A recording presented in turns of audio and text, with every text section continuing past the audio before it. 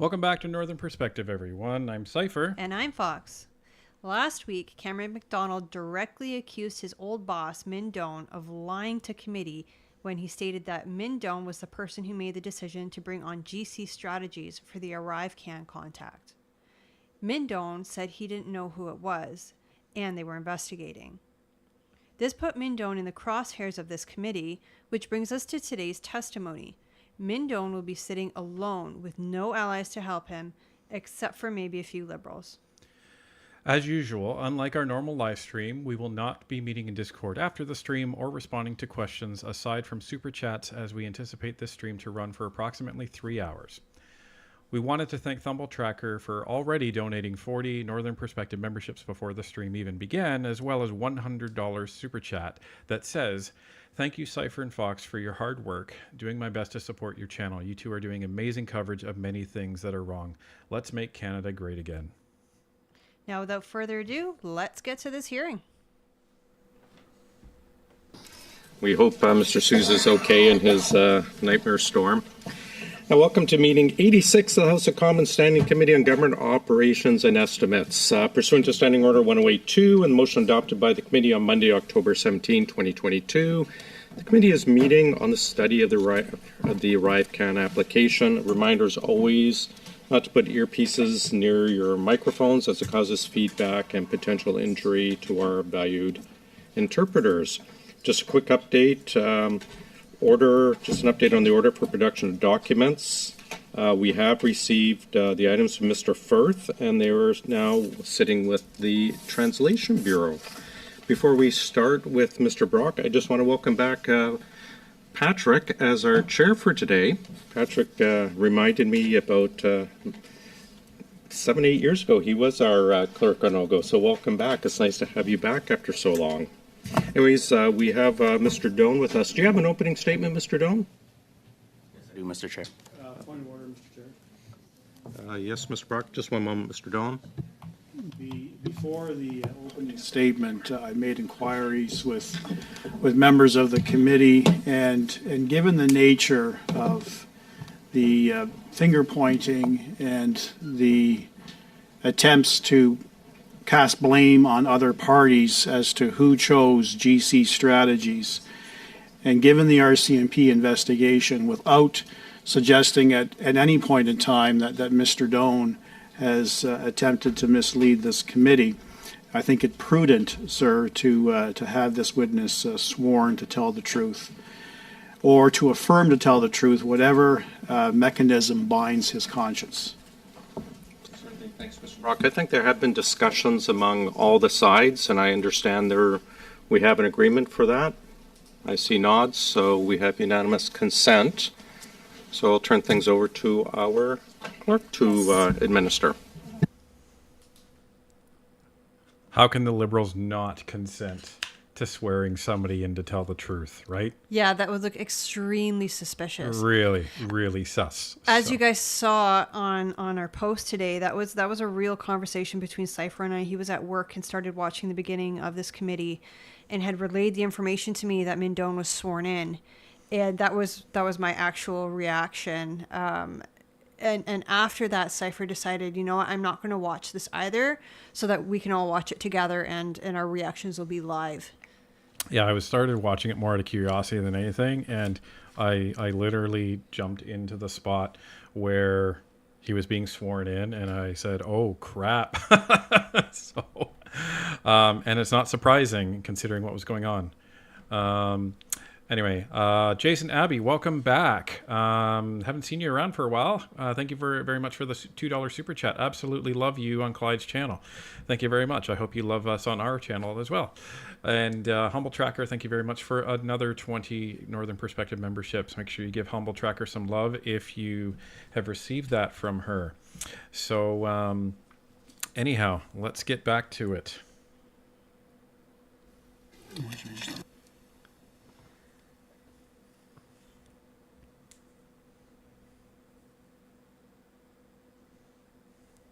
I legit didn't even know that this was a thing they did. Here's the holy book for you. Put your hand on it. Mr. Doan, before we will have to swear you, so you will have to repeat after me. So You will be like saying, I, your name, I, Min Duan, do solemnly, sincerely, do solemnly, sincerely, and truly affirm and declare and truly affirm and declare the taking of any oath the taking of any oath is according to my religious belief and lawful. is according to my religious belief and lawful. I do also solemnly, sincerely, I do also solemnly, sincerely, and truly affirm and declare and truly affirm and declare that the evidence I shall give that the evidence I shall give on this examination on this examination shall be the truth, shall be the truth, the whole truth, the whole truth, and nothing but the truth. and nothing but the truth. Now, the interesting thing about this, I could be incorrect, so this isn't something that I know to be a fact, but I'm fairly sure that normally, under typical circumstances, if a witness is going to be sworn in, they do it before the meeting begins. Now, if that is the case, I think it's very interesting that Mr. Brock waited for the meeting to commence before suggesting this. Do you think it was for the cameras? I think it was exactly for the cameras. Got it. I think it was so that Canadians can see that this person swore an oath, they heard the words, and this is going to be available for media to show that he said the words. Media like Northern Perspective. Which makes this all the more important in terms of what he is about to say in the next couple of hours. And thank you very much, Humble Tracker, for another 20 Northern Perspective memberships. Give her some love, everybody. If you're a recipient of one of those, thank you so, so much. I confirm that the witness has been sworn in. Thank you very much. Mr. Doan, we'll turn things over to you for 5 minutes, please. Chair. Good afternoon. Since giving my testimony, allegations have been made against me, and I thank the committee for the opportunity to address them and elaborate further. Prior to my appearance on October 24th, it had been 6 months since I left the CBSA. I asked for all my emails from the agency related to the allegations. I received a package, and within that package, I found no exchanges with Christian Firth. Subsequently, and in preparation for today, I requested and was given access to a broader search, which is when I found emails where either I or Mr. Firth were on the distribution list, and I am providing them today. Given how complicated it is to access emails in a department you no longer work in, I will direct any further requests of this nature to the agency. Early pandemic, FAC contacted CBSA to see if we could build an app to replace a paper form. We had days to pull this together, this proposal, and weeks to launch the first version. I asked my team to explore options. Mr. McDonald took lead. Within 48 hours, his team and he did a very quick assessment of options that were narrowed down to two broad technical approaches. One option was an entirely outsourced solution developed and hosted by Deloitte. The other option involved a combination of public servants and staff augmentation to leverage the existing code, expertise, and our cloud infrastructure. Okay, so first important point there. But before we get to that, thank you very much, Barry M., for the $20 super chat, first on a live stream. And Rhonda Davey, thank you very much to you for a $5 super chat. Hiya back. Now, Justin Trudeau, evening hosers, take off, eh? So, very interesting that in the first 30 seconds of his opening statement, Mr. Doan says, Public Health, that's FAC, Public Health asked them for this project to be done, and Cameron McDonald was the lead. Remember, that wasn't Cameron's version. Sorry, Cam. Cam's version was that he talked to Deloitte and Utano was doing the GC strategies assessment, right? So, that's very interesting right off the bat. That's setting the tone for this.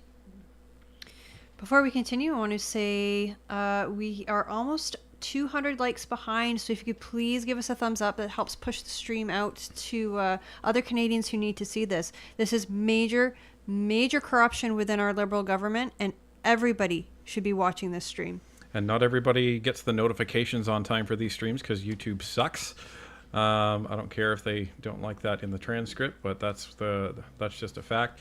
And Penny D with a $20 super chat. Thanks, guys. You two do such a great job. Thanks. Thank you very much for that donation, Penny. We really, really appreciate that. So let's get those likes up, people, so other people can be notified this and join the stream. Let me be clear. At no time was the choice presented to me as being between a Deloitte solution and a GC strategy solution. Whoa! Did I hear that correctly? Whoa! Okay. Sorry, I wasn't paying 100% attention because I was doing some of our background stuff that we do while the live stream's running. Okay. He wasn't presented a choice. So I'm sorry to pause this so quickly again, guys, but that was a major point. So that is a direct repudiation of what Cameron said. Cameron said that Utano and himself presented Mr. Doan with Deloitte as a solution and GC Strategies as a solution. Doan saying he was never presented with that choice. Very interesting. Someone's lying. Well, I mean, Doan's under oath. Like, he had to put his hand on a holy book and repeat after the clerk. So I imagine odds are it's probably not him. Well, So that's a huge problem for Cam if Cam is lying, because although he was not under oath, as Brock had explained in the previous committee, that they are expected to tell the truth because otherwise it's infraction against parliamentary privilege. yeah, and it's contempt. So that's interesting. Again, we can't be sure who's lying, but given the oath was just sworn, then the tie has to go to Doan in this case. We're only a few minutes in, and now we're getting literally salvos fired from Doan right back at Cameron McDonald. And the other thing to remember is that in the hearing with McDonald and Utano, recall, as we discussed in our last video in the Botler disclosure, Cameron contradicted the reason that Utano gave about an hour earlier as to why Botler was released from the contract. Utano said that Botler was released from the contract because of staffing issues within HR. Cameron said they were released from the contract because the Crown doesn't pay for organizations trying to scam them out of money because they're trying to build something much larger than the scope of the contract. So that was within the same one. So before we go any further, Charles 1 Pika, $2 super chat, can't stop the Brock and Northern Perspective. Thank you very much. And Joanne Belial, I'm sorry if I pronounced that incorrectly, with a $13.99 super chat. Thank you so much for all your very hard work. It is really our pleasure to give Canadians the facts that they are being denied by the mainstream media. Yeah, it really is a labor of love, and we're very passionate about it. Okay, let's get on with this. As was pointed out numerous times, GC Strategies is a staffing agency who provide rapid access to IT professionals.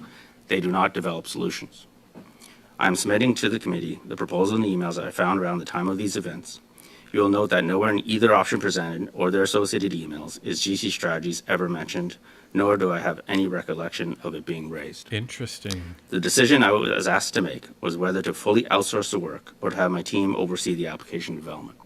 I had concerns with the fully outsourced solution, handing off full control of a time-sensitive project exclusively to an outside firm, and the fact that our data would be hosted on their IT infrastructure instead of our CBSA cloud. I wanted my team to retain the ability to direct the development of resources. In making this decision, I did not choose or direct the selection of GC Strategies. I chose a strategic direction that met our urgent needs for speed and agility at the time. Importantly, I also did not contact GC Strategies to solicit a proposal. As the CIO, I ruled out the entirely outsourced approach. I stand behind that decision, and I am fully accountable for that decision. I particularly want to address the serious accusation that Mr. McDonald made that I threatened him during our call. Uh-oh. Oh, Uh-oh. boy. This is where shots are going to get fired. And interesting there. So he is saying he was not present. Oh, this is very different. Very different. So when it comes to the decision, recall Cameron McDonald specifically said that he was given two options: GC Strategies and Deloitte. And what the Doan decision was, is that Deloitte was ruled out. And Cameron said he left that discussion with the decision of GC Strategies. And it was implied it was because, well, Deloitte was in the penalty box and CBSA wasn't doing any contracts with them because of their performance on the CARM project. So therefore it was GC Strategies. That is very, very different than what Doan just said. Doan said he wasn't looking at vendors at all. He was looking at, do we outsource this completely or do we do this internally? And he's saying that he chose against outsourcing it. That would be choosing against Deloitte and GC Strategies. So this is going to be very interesting to see where this goes, because how did it get outsourced then if he made the decision not to? So I have a $10 super chat from Platinum Sniper. Thank you. It says, hey, Cypher and Fox, did you see the CBC Bill C11 article recently in regards to minimum annual income limit of $10 million for the registration? What do you think of it?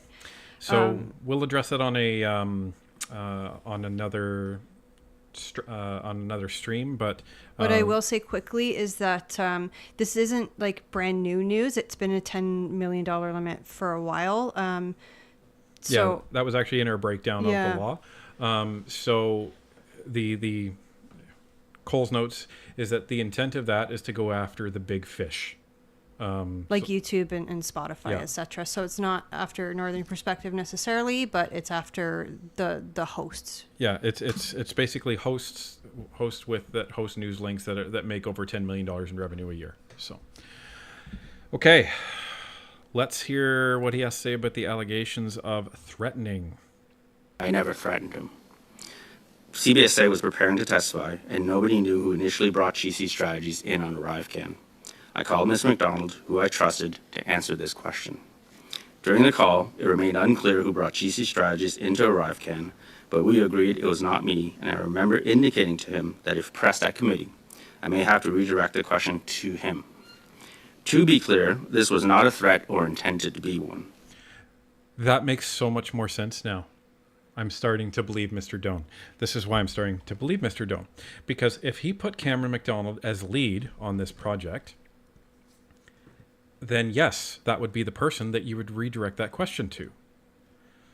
Now, I do have a problem with the fact that Mr. Doan allegedly didn't know who one of the main vendors was on this very important project that was happening in his department. So he's not off the hook. If that was the case, then I'm sorry, but you're a rather incompetent CIO, which that may be the case. Now, before we get going too much further, there's 625 viewers, 440 likes. Let's get those likes up, people, so YouTube can push this out. Remember, we don't like going after you, but the likes, it literally has nothing to do whether you like the content or not. The point of the likes for streams is so that YouTube has a higher chance of suggesting this to more viewers so they can come and watch, so they can get the truth of what's going on. That's the only reason that we keep talking about the likes. Please, please, please, let's get that like count up. It is fact. This committee will call further witnesses as required, and if coming to this committee to answer that question was perceived as a threat by Mr. McDonald, that was never my intention. I never said I would blame him, nor did I lay blame at his feet at my appearance 1 year later. I still don't know who initially contacted GC Strategies to solicit a proposal.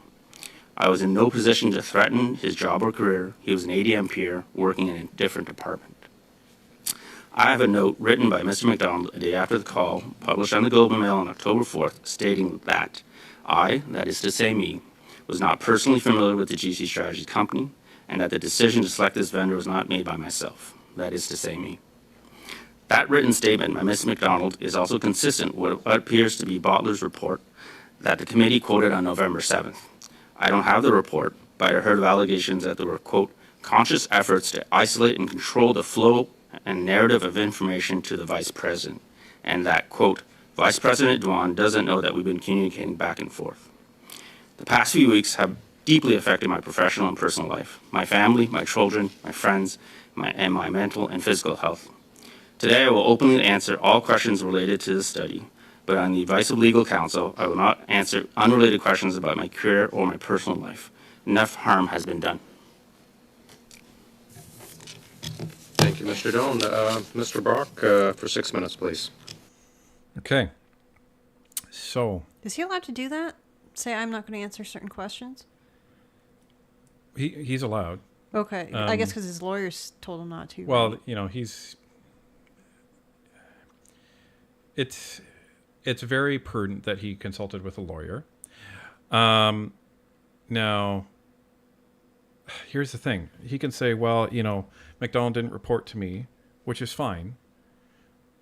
But I'm sorry, if technology is being built in your department, as a chief information officer, you're responsible. That's like saying the chief marketing officer isn't aware of a major marketing campaign that just suddenly crossed their desk, which is probably one of the most important projects to cross their desk because of a worldwide event. If you don't know what firm you're bringing on to run that marketing campaign, you're a very poor chief marketing officer. So the fact that this thing was built and launched and Doan didn't know, assuming that's true, I'm sorry, that's inexcusable. For a department head that is accountable for that, that's inexcusable, whether he's telling the truth or not. So, let's bring on the Brock and see what he has to ask. Thank you, Chair, and thank you, Mr. Doan, for your attendance today and your opening statement. There is, it would be prudent for me, sir, to remind you of a couple of things. I specifically asked that you be sworn for a reason. Even though when witnesses attend at committee, there is a parliamentary privilege that whether people are sworn in or not, it would still be considered a contempt of Parliament to mislead the committee by giving a false statement or false evidence, to refuse unless related to cabinet confidences, to answer any questions, or to fail to produce documents that this committee might require someone to produce.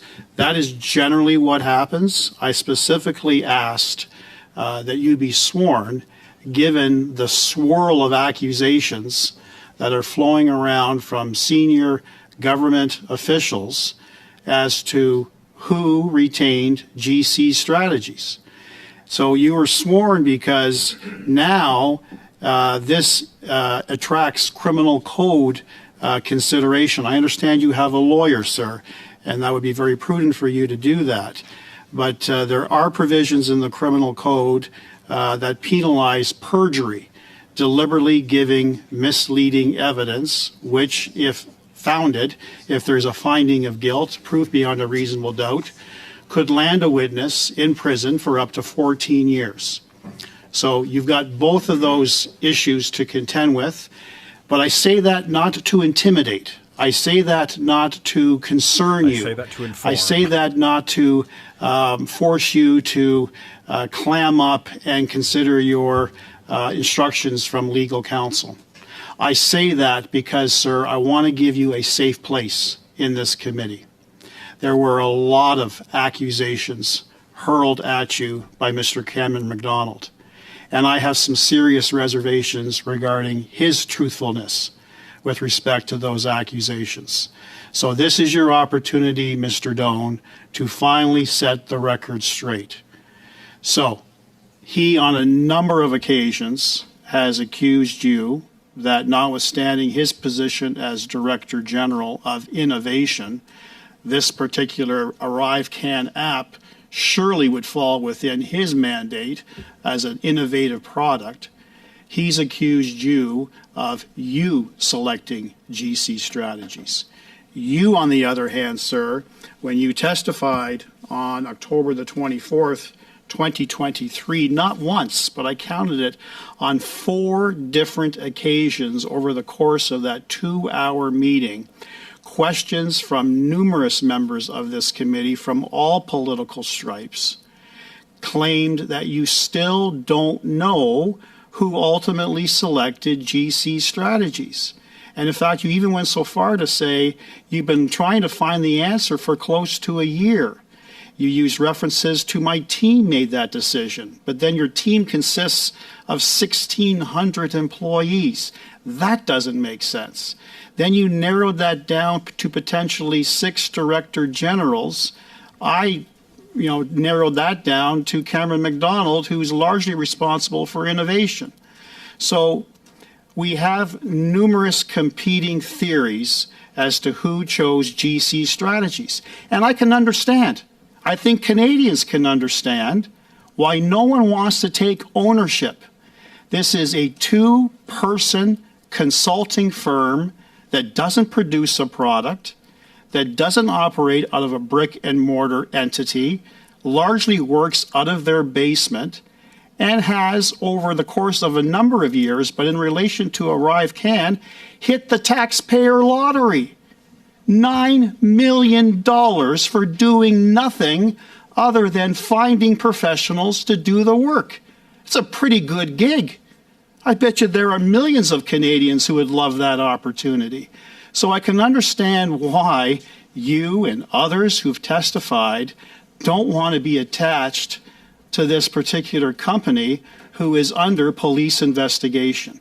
So I've got about a minute and a half, sir. I'm going to have numerous opportunities to question you in the course of 2 hours. I will be back. But I'm going to give you this opportunity to give me the straight goods.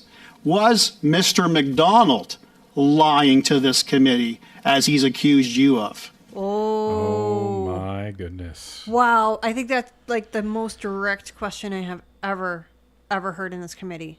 Yeah, he's out for blood. well, and here's the interesting thing. So a lot went on there. Brock, as everybody knows, is not new to questioning witnesses. Former Crown prosecutor. So it was very interesting, his approach here. Very calculated. He took Doan on a bit of a journey with his emotions.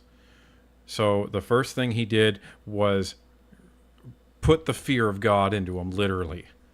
That this is what could happen if you're not truthful.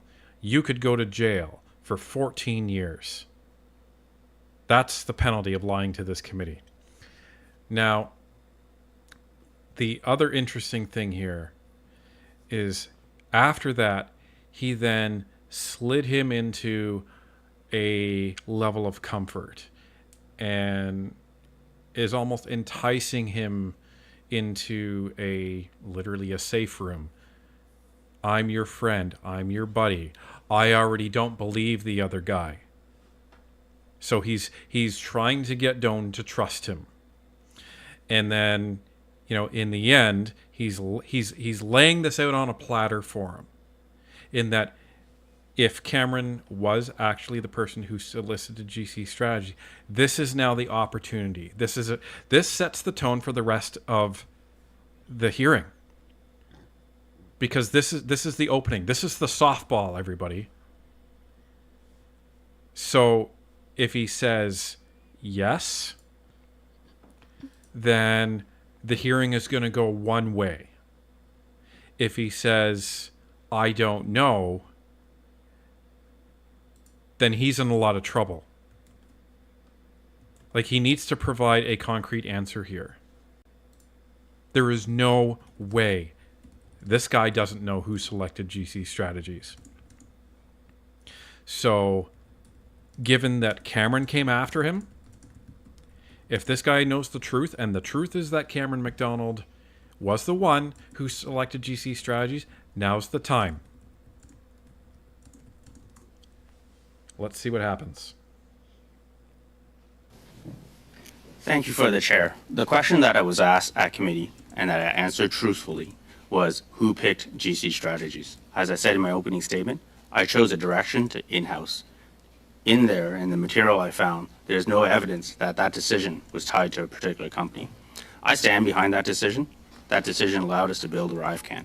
That decision allowed us to build over 2.5 years of changes as the pandemic evolved.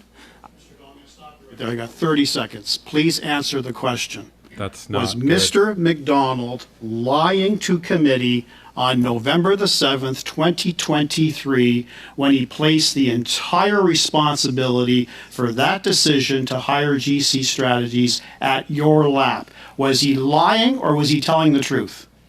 Mr. McDonald said that I made the decision. I did make a decision, to be clear. I made a decision on a technical direction. Also in evidence, and as posted on the Globe and Mail in his own handwriting, he writes, I did not make that decision, nor was I even familiar with the company. Thank you, gentlemen. Mr. Sousa, go ahead, please. Oh, don't. Why is he trying to save that guy? Oh, don't. I would have tossed him to the wolves. Unless Doan did make that decision. Maybe. But everything that But here's the thing, okay? I think that Brock had him sworn in front of the cameras because Brock, on some level, and this is just speculation, I don't have any inside secrets or anything, but that on some level, Brock must believe him, and he wants to show the public and all of us watching that this guy is believable, and that's why we're swearing him in. Well, it was also he even said, remember, these guys have been given a lot of evidence by Botler. These guys have been given more evidence than we have been given at this point, which is natural. So they know a lot of the answers to these questions before they even ask them. Recall the testimony of Botler and recall the Globe and Mail, recall the evidence released to date on Twitter. What that evidence suggests is that Cameron McDonald, for the Botler project, was trying to get GC Strategies to get Botler onto the specific project. Now, this is tough because they're talking ArriveCan at this point, which is different. So this is something we don't have a lot of insight to the actual evidence on. So this is different. This is different than Botler. Before we go any further, Aware with a $3 super chat says game over. Yeah. This is already. He's gonna have a bad time. This committee goes on for 2 hours? Yeah. So yeah, he's gonna have a bad time. Colleen Thorpe with a $1 super chat. Thank you very much for your first super on a live stream, and Thomas Sawyer with a $10 super chat. Coming to you from your recent past. I joined late, but thank you so much for your great work in Canada. Loves you for human service for our country. Thank you so much for that and the comment. We really appreciate that. This is going to be ugly, folks. This is going to be real ugly. But before we get back to it, we're about 200 likes behind, so please make sure you hit that thumbs up. It helps you to push the stream out. If you haven't made your popcorn, make it now. Thank you, Mr. Chair. I appreciate you being before us, and I recognize the complexity of what's happening, and I want to try to simplify that complexity to some extent. What was your involvement with the Botler contract? What is going on here? What is going on here? Oh, he is trying to just not talk about ArriveCan so much. It's just painfully obvious. He just does not want this conversation to revolve around ArriveCan at all. At all. Thank you for the question. CBSA was handling a lot of sexual misconduct. It was in the news. It was an issue that we were all seized with, given how serious it was. We were briefed on a meeting with the executive team that the misconduct was increasing and that we needed a different way to solve this problem. I was the chief information officer at the time. The president turned to me and asked me, is there a different way from a technology perspective, an innovative perspective, to solve this problem or make a difference? Because everything we've done so far wasn't making the difference that was required to stop this. So I turned to Mr. McDonald, again, who was DG of Innovation, and we were looking for innovation. We were looking for something different. We were looking for a different approach, because the traditional approaches around training and awareness. This is lining up with Botler's story. Mr. McDonald took that and went away and found a company that would be Botler AI, that would use artificial intelligence to help provide a different way for victims or potential victims to have a conversation with this anonymous bot to see if they actually did suffer sexual misconduct. Okay. Before we get into our comments on that, thank you very much to Jerry Savoy for the $2 super chat. Don't want to be trolled. Please hit the like. Yes, please hit the like. We're still about 190 behind, so it really helps the stream out if you hit the like. And thank you, and welcome to all of the people that have joined midstream. So this, again, is another direct refutation of what Cameron said. This is painting an interesting picture for me, folks, because he would have watched the Cameron testimony, 100%.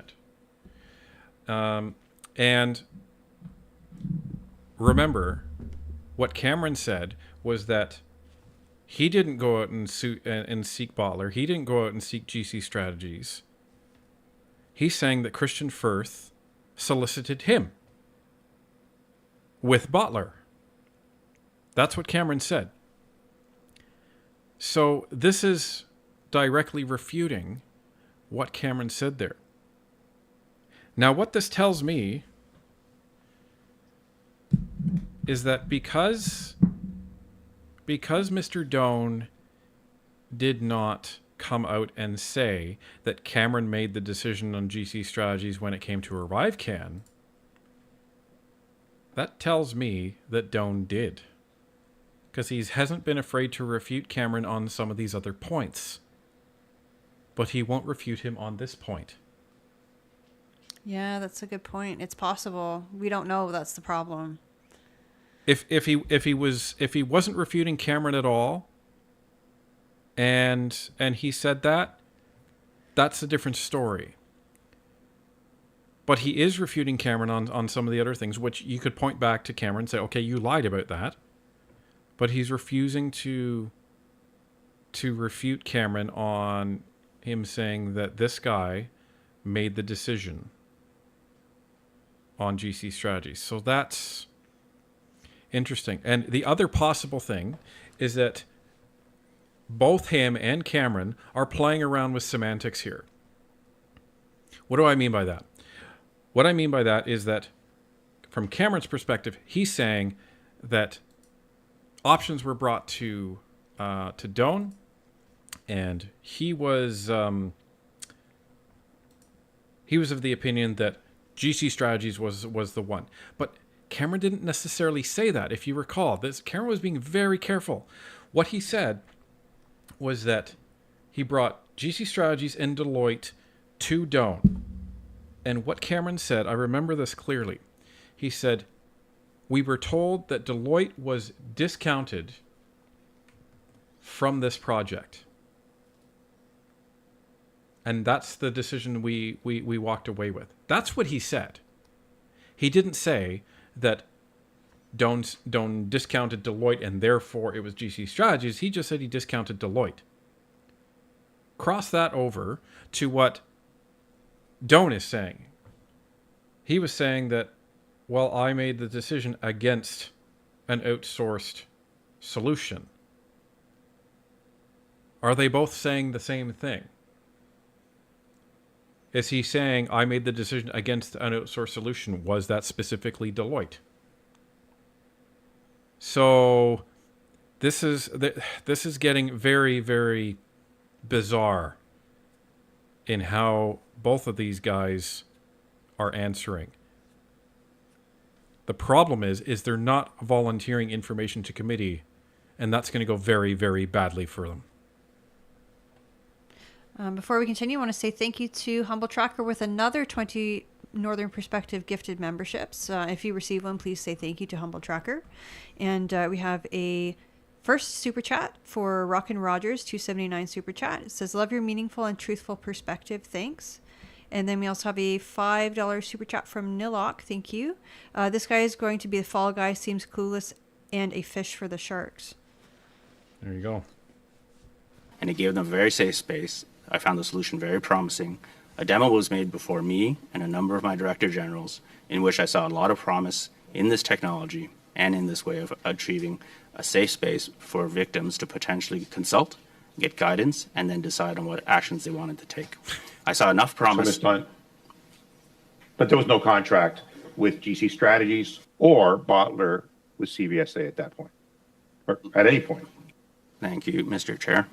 This was late 2019, and I saw enough promise in their demo. And also, I was moved by Mrs. Dutt's personal story around harassment and discrimination and why she created this company that I recommended that this is worthy to be presented to the President. Unfortunately, in the beginning of March 2020, the pandemic hit, and that meeting was delayed by several months before we were able to get in front of the President and the VP of HR. So why did it not proceed? It didn't the agreements or the possibility of having a contract with GC Strategies and Botler, albeit through subcontracting with the other two organizations, it didn't proceed because I'm being told conflicting stories. You're saying it was delayed because of the pandemic. Others are saying it didn't happen because they didn't fulfill the requirements necessary. You're not even listening, Sousa. Merci pour la question, Monsieur le Président. Fin de 2019. Thank you very much for the question. I saw that there was a lot of potential late 2019, but I was afraid of approving a pilot project. So I said to myself, let's broach the VP of Human Resources and the President and see if there's any interest in it. That occurred far later in 2020.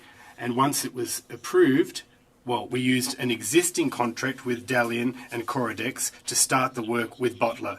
Based on what I heard recently in committee proceedings, and I wasn't aware of this at the time, Dalian subcontracted out to GC Strategies, and thereafter, and potentially, and I don't know how GC Strategies would have subcontracted out to Botler, but in any event, we don't know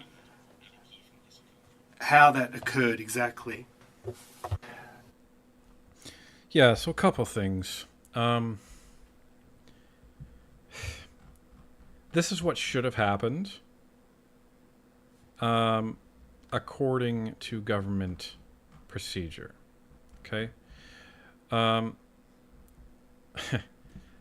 What you're supposed to do, and this is all publicly available information, what you're supposed to do is if you're going to be doing a project in the government, then you have to put together your requirements, and then you go through their process, and then you're supposed to do an evaluation.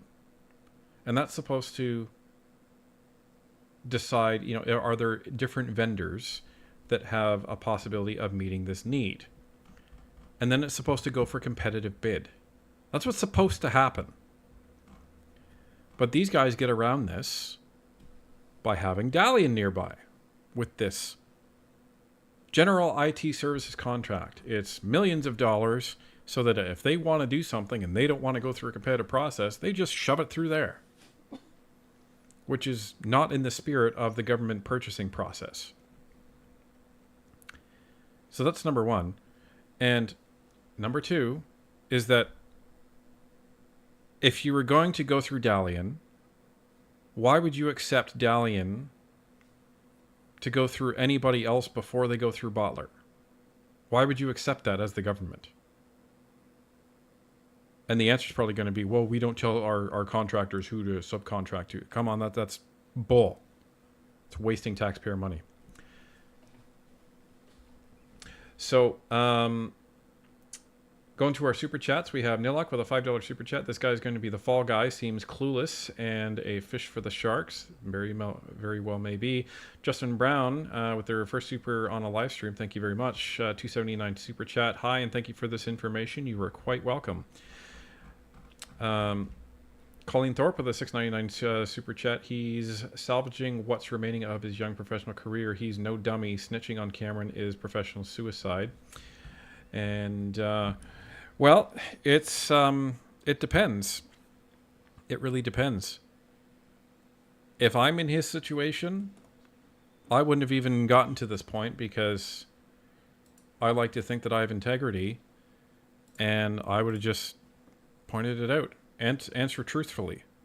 And if people are doing their jobs correctly, then they shouldn't have any problems, should they? Or you say, if this guy actually did make the decision, you own it. Say, yeah, I own this decision. In retrospect, it was a terrible decision, and I would recommend that we never do business with these guys again. But that conversation should have happened many moons ago. That's what I would do if I were this guy. I wouldn't have even gotten to this point. And the problem is because he hasn't either done his job or he hasn't told the truth. This is why he's in this position. So even if he's telling the truth, he's a bad CIO. It's bad news either way you look at it for this guy. And before we continue, please make sure you hit that like button. Has the RCMP contacted you in regards to allegations made by Botler? Thank you for the question. No, they have not. Was Botler at all involved with ArriveCan? No, they were not. Is the RCMP investigating the ArriveCan contract? Stop, Sousa. Thank you for the question. Not to my knowledge.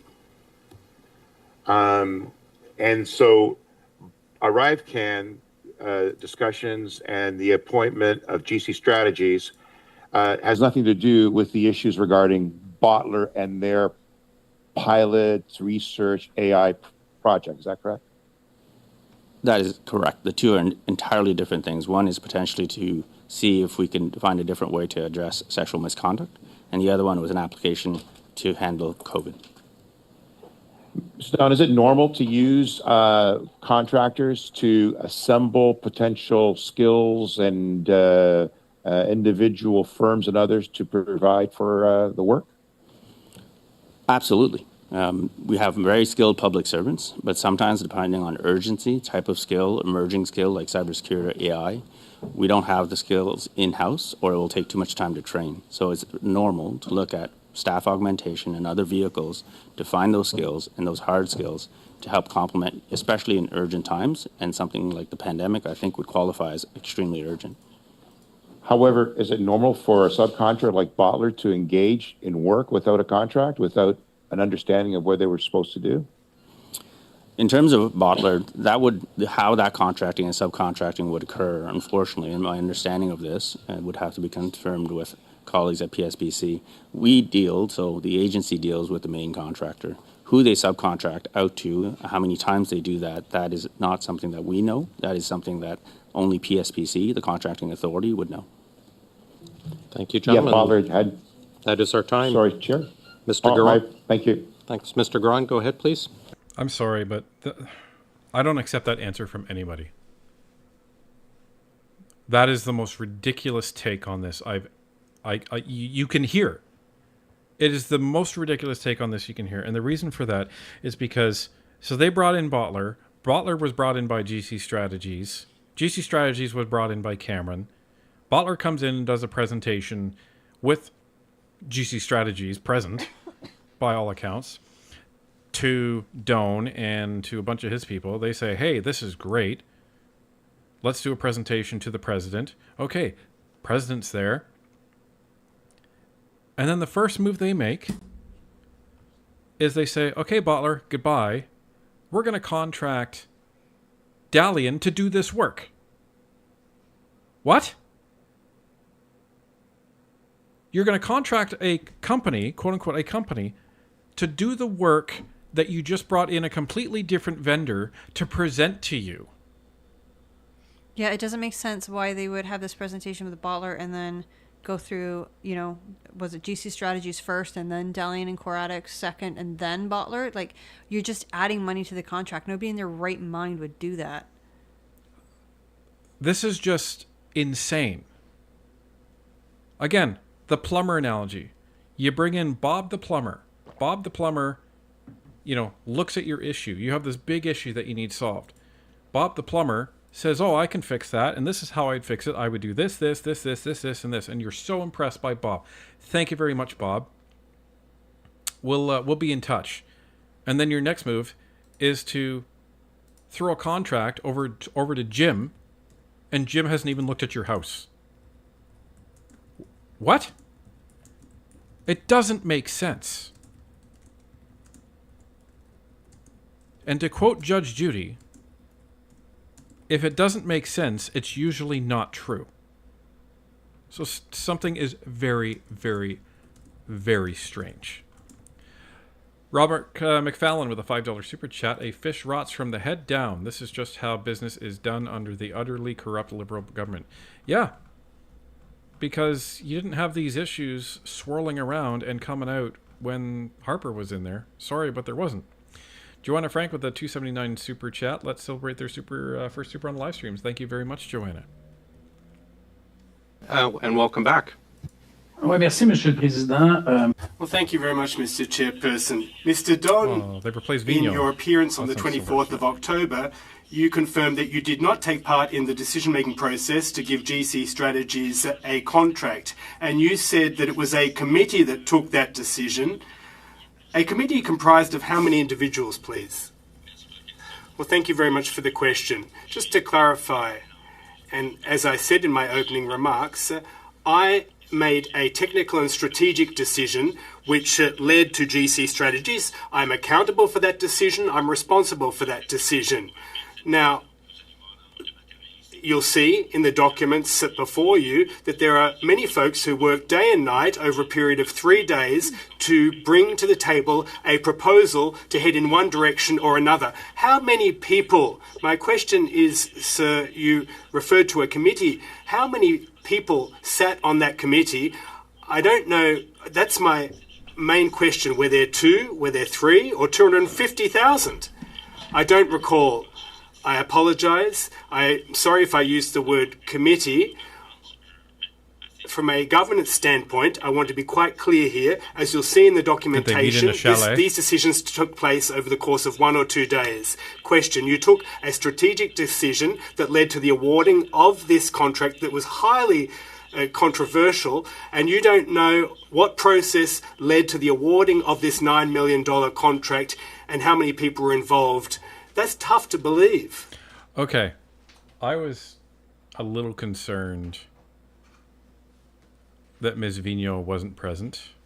I am no longer concerned. I am no longer concerned. Very good question from this individual. Wow. Yes, that is tough to believe. You'll see in the documentation that I've submitted, the initial application was in March 2022.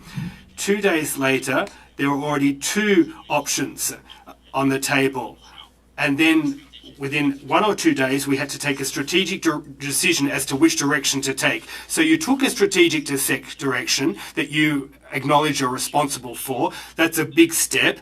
That was taken by a group of individuals, and you're responsible for a decision taken by a group of individuals, but you don't know who they were exactly, and how many of them there were, and how that decision took place exactly. So you have a funny definition of accountability. You'll forgive me for saying that.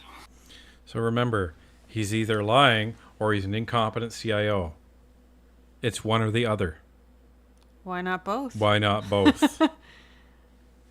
Just as an aside, I really do like this translator. He seems like he's putting, some intonation into it, so you're not just kind of listening to a monologue. He's actually doing a really good job. Right. I completely agree with that. Some of the translators are kind of like monotone, but this guy actually, tries to put some personality behind it. But yeah, like, how can you be accountable for this? You have this urgent project from FAC, from Public Health. They need this. They need a decision in a week. You know it's important. You know the scope of it. It's huge. It's massive. It's going to affect every single Canadian that travels in and out of Canada. And you don't know who was making that decision. You made the strategic decision, and then that's it. That doesn't fly, Doan.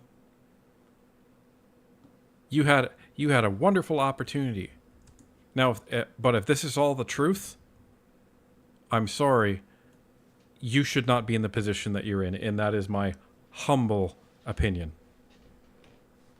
You'll see in the evidence that all those who are involved in developing proposals with a view to arriving at a technological solution, well, those individuals are listed.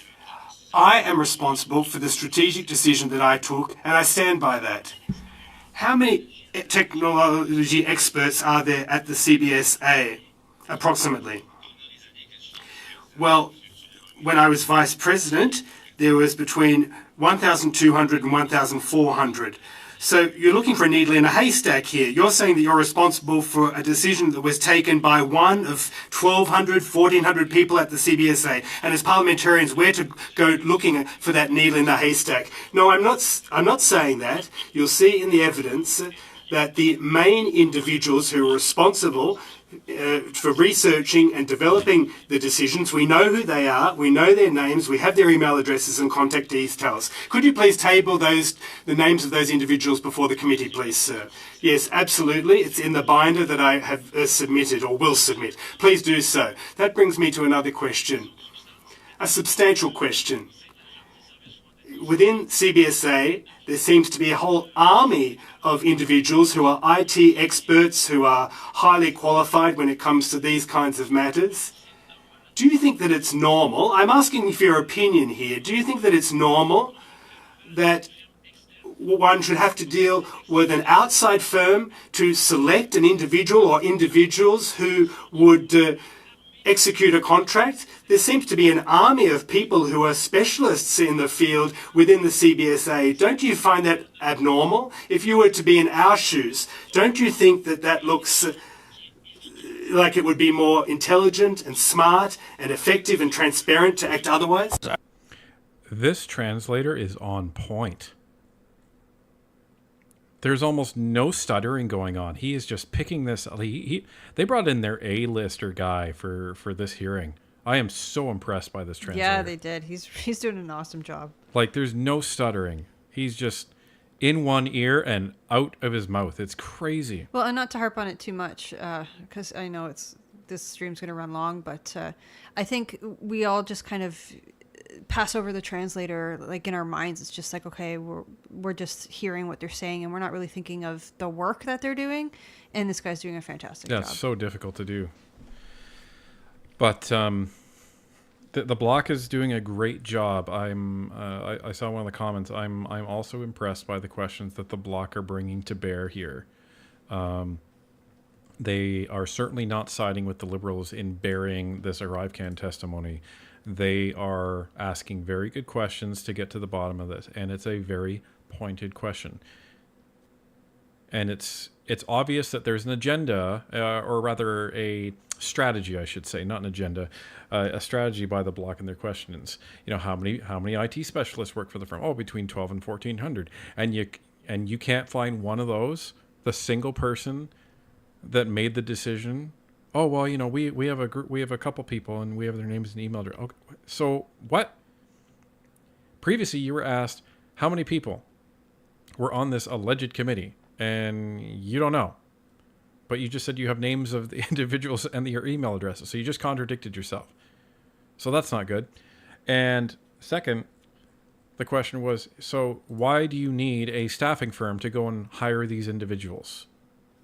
Why don't you, like, you couldn't find some people to help you find those individuals out in the workforce? And that's the thing I was saying on a previous live stream, was that, you know, they paid upwards of $9 million to GC Strategies to do this job. Are you telling me you cannot hire a full-time staffing agent at the CBSA or at one of the other one of the other offices within the federal government? Like, you can't hire somebody for less than $9 million to do the exact same job? Come on. All right. Let's see. I have a bachelor's degree in computer science. I've been doing this a very long time. The idea for an application started on March 22nd. We launched the first version of ArriveCan April 29th. That is incredibly fast by private sector standards. It was secure, it was on multiple platforms, and it was successful, and it kept iterating. Even using any public servant, that nobody can do it that quickly. And this required skills that we did not have at the time. So I'm talking about the selection process here, not the way the app was programmed and how it was rolled out. Is it normal that in an agency that has hundreds of specialists that you would outsource that, and obviously they lined their pockets and they weren't even qualified to make those profitable decisions as to who would actually deliver the product? I'm talking about the middleman here. Do you think that that is normal? Yes, it's absolutely normal. If we had to go and look after all the individuals, whether it be in terms of cybersecurity or the cloud, it would be impossible to do that job, and we did it in a time frame of 6 weeks. So we use a middleman, they have the solutions, they'll do the screening, they have the CVs. If we had to do that ourselves, it would have taken between 6 and 8 months, and maybe that wouldn't have even been feasible. We need someone to point us in the right direction in short order. Had you had to make that decision, do you think that you would have awarded that contract to GC Strategies after all? Well, the buck stops with GC Strategy. I'm responsible for my decision, and I don't regret my decision in the first place.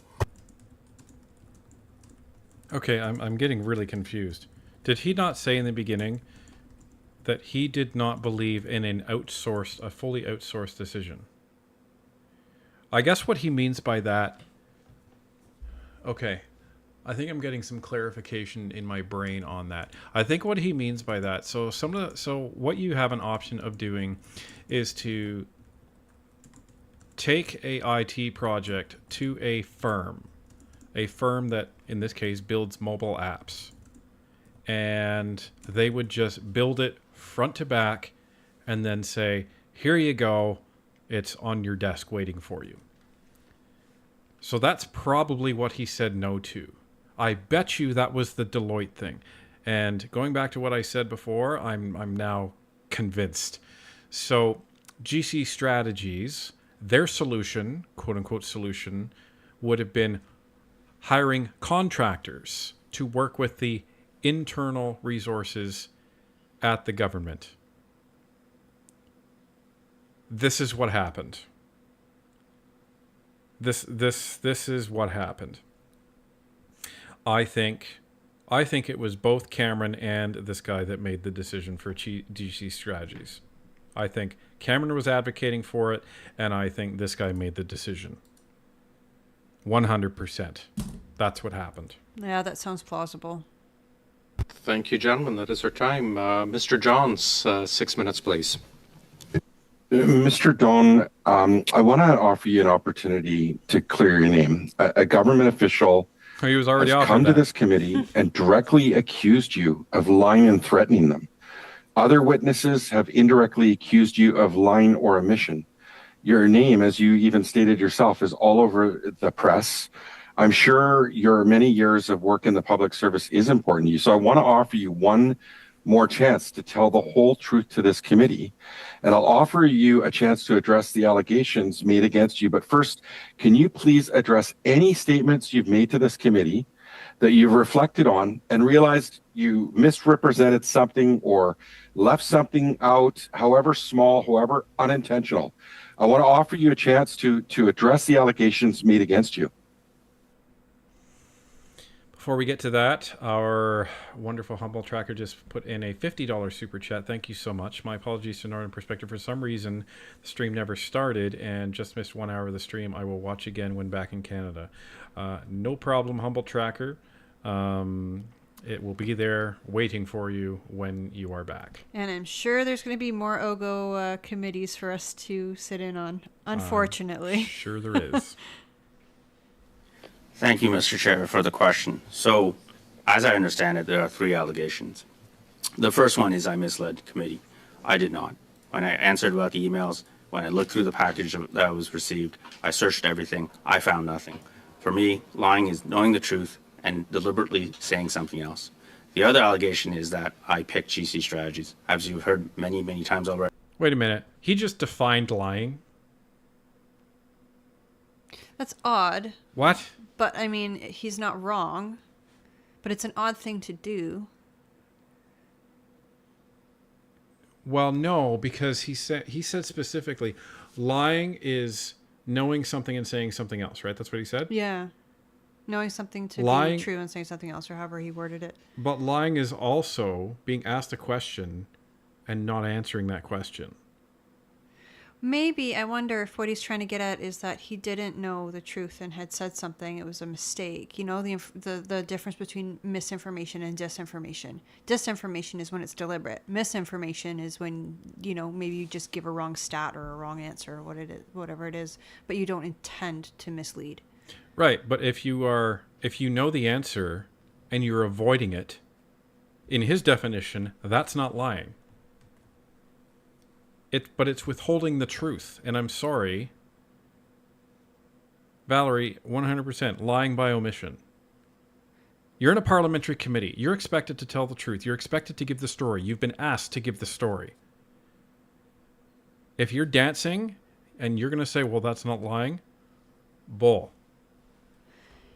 And before we continue, I'd like to say thank you to Humble Tracker again with another 20 Northern Perspective memberships. In order to receive a membership, you do need to make sure that it's turned on. I've asked Barnaby to drop some instructions in the chat for everybody. And if you did receive one of these memberships, please thank Humble Tracker. I picked a technical direction. Nowhere in all the material that I've found, or my recollection, was that direction implied that it would be GC strategies. So that is the other allegation. In terms of harassing and threatening, I've said in my opening statement, I welcome the opportunity to say it again. I was in no position to threaten Mr. McDonald. So you're saying that Mr. McDonald was lying to this committee, that when he said that you selected GC strategies? Mr. McDonald's interpretation I can't speak to. I did decide a certain direction that I ended up with him. And depending on how you see this, that could be seen as I implicitly decided on a company. I was explaining this to a neighbor of mine. And in the simplest terms for me was, I ask you, would you like to go to Europe or South America? You respond, Europe, and I say, well, you decided Paris. So that is, if that's the view of the reality, my decision at the time, I did not know that GC Strategies was involved in that strategic direction. That's exactly what I said. Mm-hmm. It's exactly what I said. Unfortunately for you, Doan. But you guys would rather talk in riddles and rather, you know, cover yourself in semantics than actually give a straight answer. And it is going to ruin your career, just so you know. Well, and the thing I think we should make note of is that most people, including these witnesses, aren't like 100% good or 100% evil. There's going to be shades of gray. And I think this witness is kind of showing that to us, that, you know, he may have made mistakes and maybe he was untruthful in the past, maybe he's truthful now, but it's not like black and white. Everyone's not good or evil. There's in between. Yeah. Okay, well, Mr. McDonald says he had never heard of Botler until November 19th, 2019, when he was approached with an unsolicited proposal. But we know from recorded conversations that Mr. Firth had been communicating with Botler long before that, telling them that it was McDonald who discovered Botler and wanted their software to solve CBSA C65 needs. When were you aware Firth was communicating with Botler on McDonald's behalf? Were you aware at the time or after the fact? I only learned these things recently in the news and the allegations. I do have, in terms of material here, from Mr. McDonald that says at least twice I found Botler. Oh, that's a problem. It sure is. That's a big problem. Wow. So there's emails from Cameron McDonald to Mindone that says that he found Botler. He being our friend Cam. Yeah. Awesome. Wow. I think Mr. McDonald is going to be summoned back to committee. What about you? Oh, I suspect he will, and I suspect they're putting his hand on a Bible too. Uh-huh. Okay, did the CBSA president task you, McDonald, or anyone else with filling the CBSA's need in response to C65? What was the president's initiative on this? Thank you for the question. We were being briefed at executive committee about the problems around sexual harassment. Every vice president would have been there, the deputy and the associate deputy. At the meeting, or perhaps thereafter, my memory is not clear, the president looked to me as chief information officer and says, is there a different way using technology to solve this problem? To which I said, I will look into it. So Mr. Doan, the CBSA has now suspended all contracts with GC Strategies, Dawn, and Cordex. And my understanding is that they're still allowed to do business with other departments within government. And now you're the CTO. Do you not see a problem with this, that CBSA is not doing business with them right now, suspended all activities, and the RCMP are investigating, yet they can still get contracts within government? It sounds absurd to me. It is Merci pour la absurd. question. La décision de... Thank you for the question. The decision to suspend what based on the allegations, well, I'm not fully aware. What led to that decision, or is not informed? But wouldn't this concern you as the CTO, that you should be, looking at this and making a decision whether to recommend a government to suspend them from all government departments until this investigation is thoroughly looked at and the police have done their investigation? Lying, incompetent, or As both? Chief Technology Officer at Treasury Board, I set technical direction for the government in terms of stop. major IT, things like cloud use, cybersecurity, desktop, others. My role within the Office of the Chief Information Officer is not around procurement. Different deputy heads are delegated to make procurement decisions. From where I sit, I give the direction and technology and ensure that the projects and major projects of different departments are aligned to the enterprise standards. That's a terrible answer. That's an atrocious answer. Really? So you're going to sit there as the Chief Technology Officer and you are going to just sit there and say, oh, well, I'm not in charge of procurement.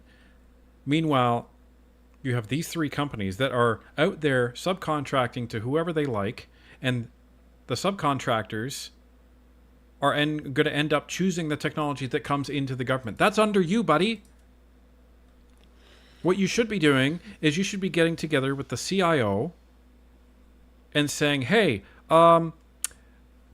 we should probably not do business with these three for the time being. It's probably a good idea. And really be advocating for that. And if the CIO is worth their salt, they would say, yeah, that's probably a good idea. And what you can do is you can say, we're not allowing any technology from these vendors within our organization. You can do that. So here's a question. If they were able to allegedly put Deloitte in timeout because of something that they never really fully explained, why could they not put GC Strategies, Cordex, and Dalian into timeout as well? Well, because it's probably the case that there was no timeout for Deloitte in the first place. True, but I'm just saying, like, their statement makes no sense. If they're already alleging that they did this with Deloitte, why can they not do this with these three companies coming up? Well, and that's the question, right? That's the question. If a federal agency can make that decision, why can't the CTO and the CIO? Oh, wait, they can. Give me a break. This guy is going down in flames, everybody. And it's not even because he's necessarily lying. It's he's giving terrible answers. But I think he's giving half-truths. How much time do I have, Mr. Chair? 45 seconds. Okay, so in your understanding, there is nothing you can do now, given that you know that the CBSA has suspended activities with these companies. There's nothing you can do in your role as CTO.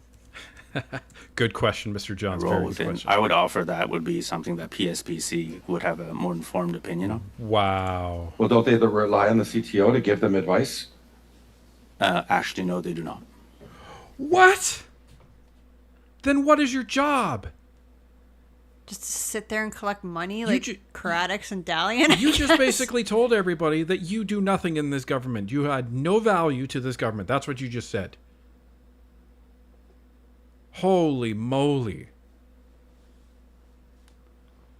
Holy. That's what this guy just said. You're done. Doan is done. I agree with everybody. Like, the hearing could end now and he's done. Never mind. We have a bunch of time left.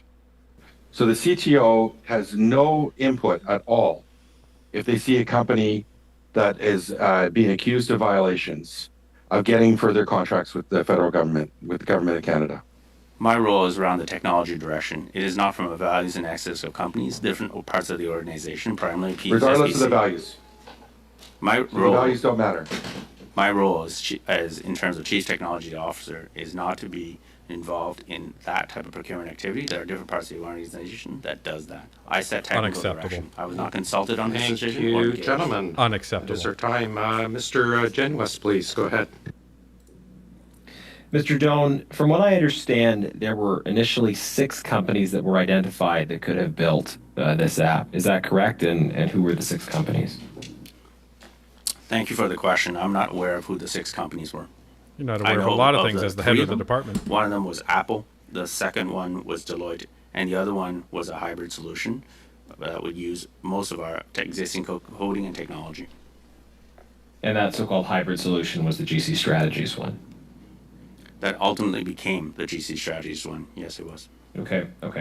So, sir, it seems the core point of contention comes down to, well, one of the core points of contention comes down to who chose GC Strategies.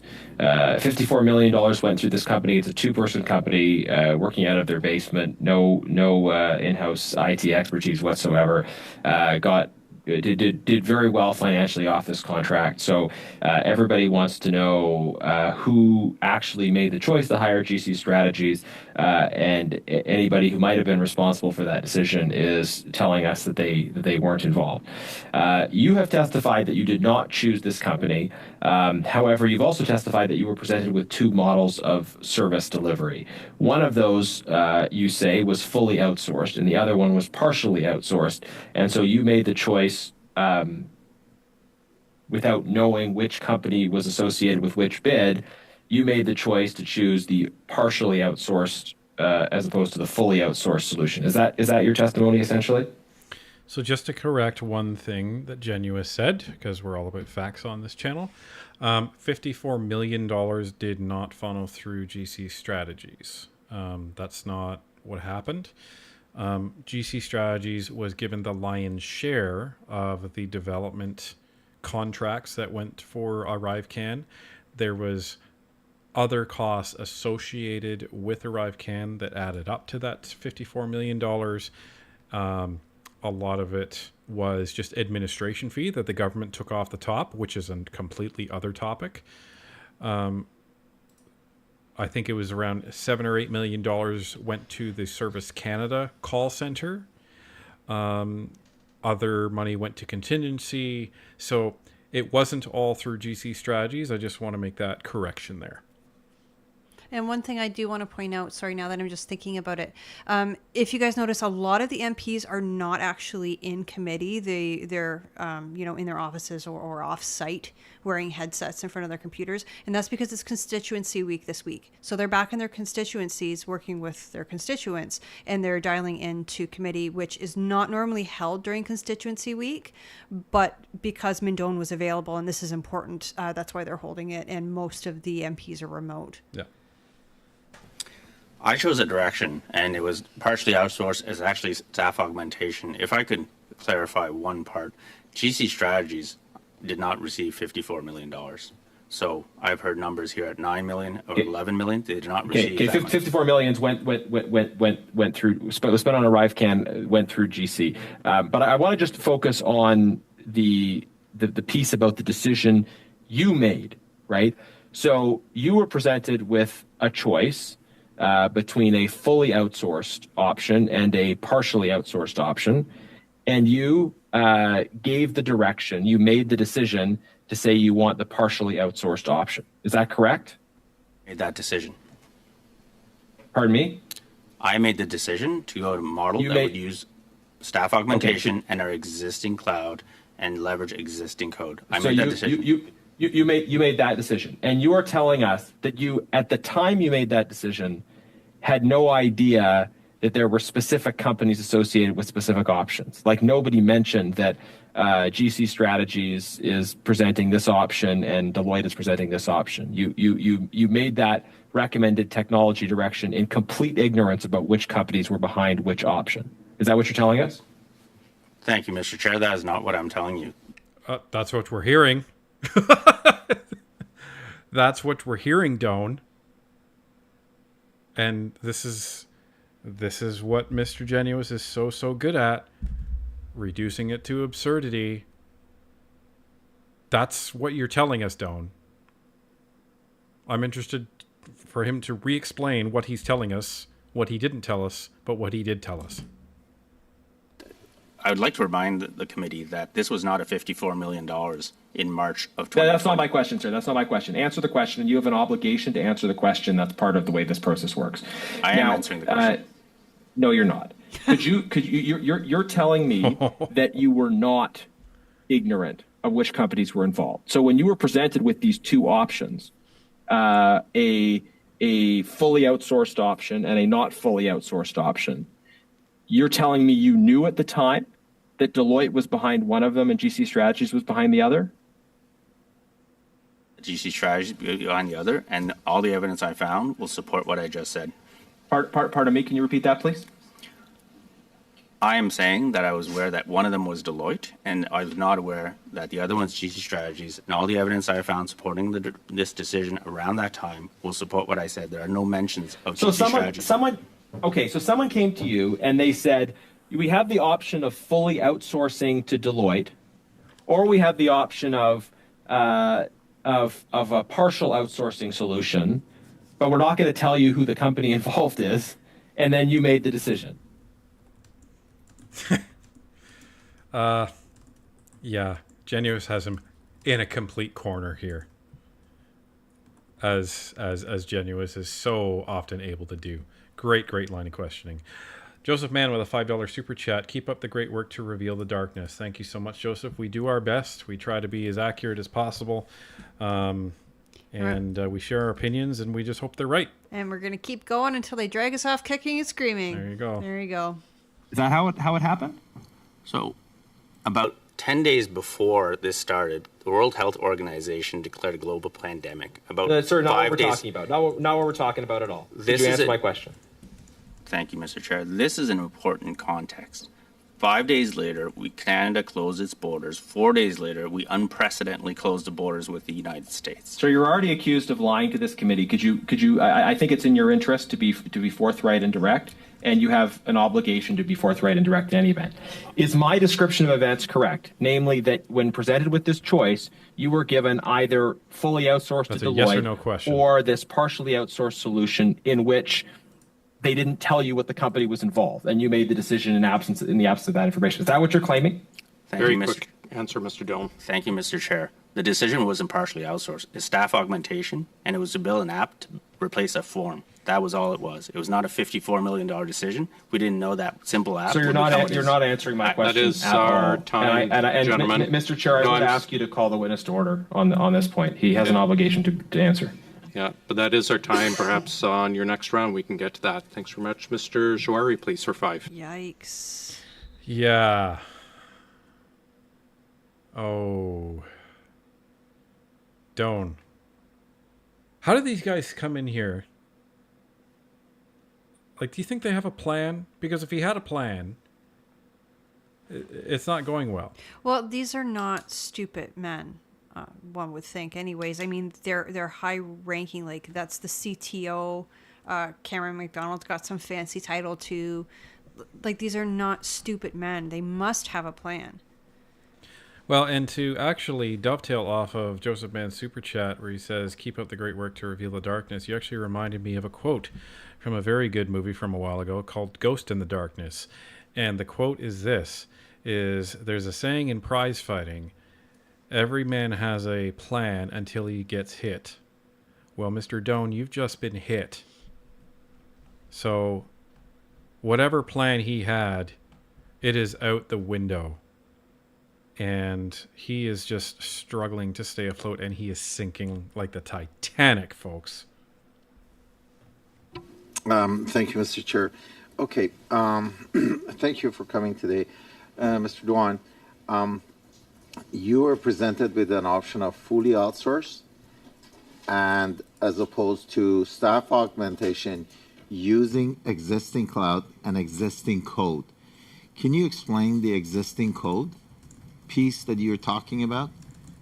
We'll be referencing For the the backend question. systems here. CBSA at the time had already an application called EDEC, which is short for e-declaration. So we had some basic understanding of mobile development. Now, I won't pretend e-declaration was anything near ArriveCAN in terms of complexity. And part of the work that we were doing on innovation, following a direction from Treasury Board, which is to start experimenting with cloud and do more things on cloud, given the different benefits and security that it brings. So, thank you. So, existing code based on something you had, and I think that's the one that costs about $80,000 to start with. Am I? Version of ArriveCAN to replace a simple paper form, yes, they cost $80,000. Then subsequently about 6.9 to be able to implement all the 70 changes that came over the 2-year period. In terms of, so this is where it becomes the 54, but that 54 million is misleading. Only a part of that number, to your point, was actually application development. Okay. Now I want to go back and talk about your knowledge of the suppliers or who would provide those services, whether it would be Apple or Deloitte as part of an outsourced approach, or whether it would be a combination of an outsource, as you call it, under the staff augmentation. Where did the name Deloitte come? Deloitte was contacted by, to my understanding, Mr. McDonald, to very quickly come up with a quick proposal. And when I say quick, it was about 24 hours. The pandemic was there. We needed a solution quickly. So there was a proposal there. The proposal, I've also included in the material, is very, very rudimentary. It's basically mock-ups of what the screen could look like and then where it could eventually go. So I find it very strange that they're saying Apple was involved in this, because Apple specializes in the iOS platform. They don't specialize in Android, which, you know, people may, want to talk about this as they wish, but Apple is only the dominant force in North America. Outside of North America, Apple is an extreme minority in terms of, cell phone use. So I don't even know why they would have even considered Apple. Or maybe they were just a placeholder that they didn't even ask a question. I don't know. But it's very strange that they would have even involved Apple in this discussion. So Deloitte was asked, and your claim is by Mr. McDonald to put within 24 hours, put a proposal. I don't know who contacted who first. At that time as CIO, I was getting approached by every single vendor, many of them, IBM, Accenture, others, to offer to help and deal with this global pandemic. So did Deloitte reach out to Mr. McDonald? Mr. McDonald reached out to Deloitte. This was happening so fast, I'm not sure anybody knows for sure. There's a claim that you told Mr. McDonald that go with G's strategy as Deloitte is in penalty box due to a very large project being off track. Is this a true statement? This is a very specific statement. I'm actually impressed that Mr. Jawari is asking it, because again, it puts Doan in a position of you either say yes or no. But of course, we all know he's going to say, I made the decision on to go with a staff augmentation strategy, and that's what I said before. That's what he'll say. As I've said many times, I picked a direction. I did not pick GC strategies. There you go. I did not name them. I did not ask them for a proposal. In terms of Deloitte being in the penalty box, my decision on this was not about what they're doing with us on a different project. My concern was this. It was fully outsourced to a third party, and sensitive data wouldn't be on our cloud, it would be on their cloud. So the decision is the lack of flexibility, the lack of agility, which is why I preferred staff augmentation instead of a fully outsourced solution on something so mission critical. So it is fair to say, and I'm trying to infer, is it fair to say that at no point you made any reference to Mr. McDonald directly or indirectly about not extending the contract to Deloitte or don't go with outsourced solution with Deloitte as Deloitte is in the penalty box for something. So that conversation never took place in your mind. I don't recall using the term penalty box. I don't watch a lot of sports. That's not a term that would be very familiar with me. So in terms of extending the contract that we have with Deloitte, that would be another project that was led by another vice president. I would not have that decision. Stop. Oh my God, this guy is getting so frustrating listening to. The obfuscation that is going, oh, well, you know, like it's clear. I'm getting to think that this guy, Mr. Utano, Cam McDonald, and Christian Firth and Colin Wood all hang out at Cam's chalet every weekend. The chalet. Because they are all using the same tactics when it comes to this stuff. They're pleading ignorance when it comes to language. Well, I don't watch a lot of sports, so I wouldn't use the term penalty. Okay, fine. Then pick a different term, but you know exactly what the hell he's talking about. I've never used that. Shut up. It's like, a cheap come tactic. on. It really is. Like, I'm sorry. Like, I'm getting very frustrated with the way this guy's answering. He's in a lot of trouble after this hearing. Mark my words.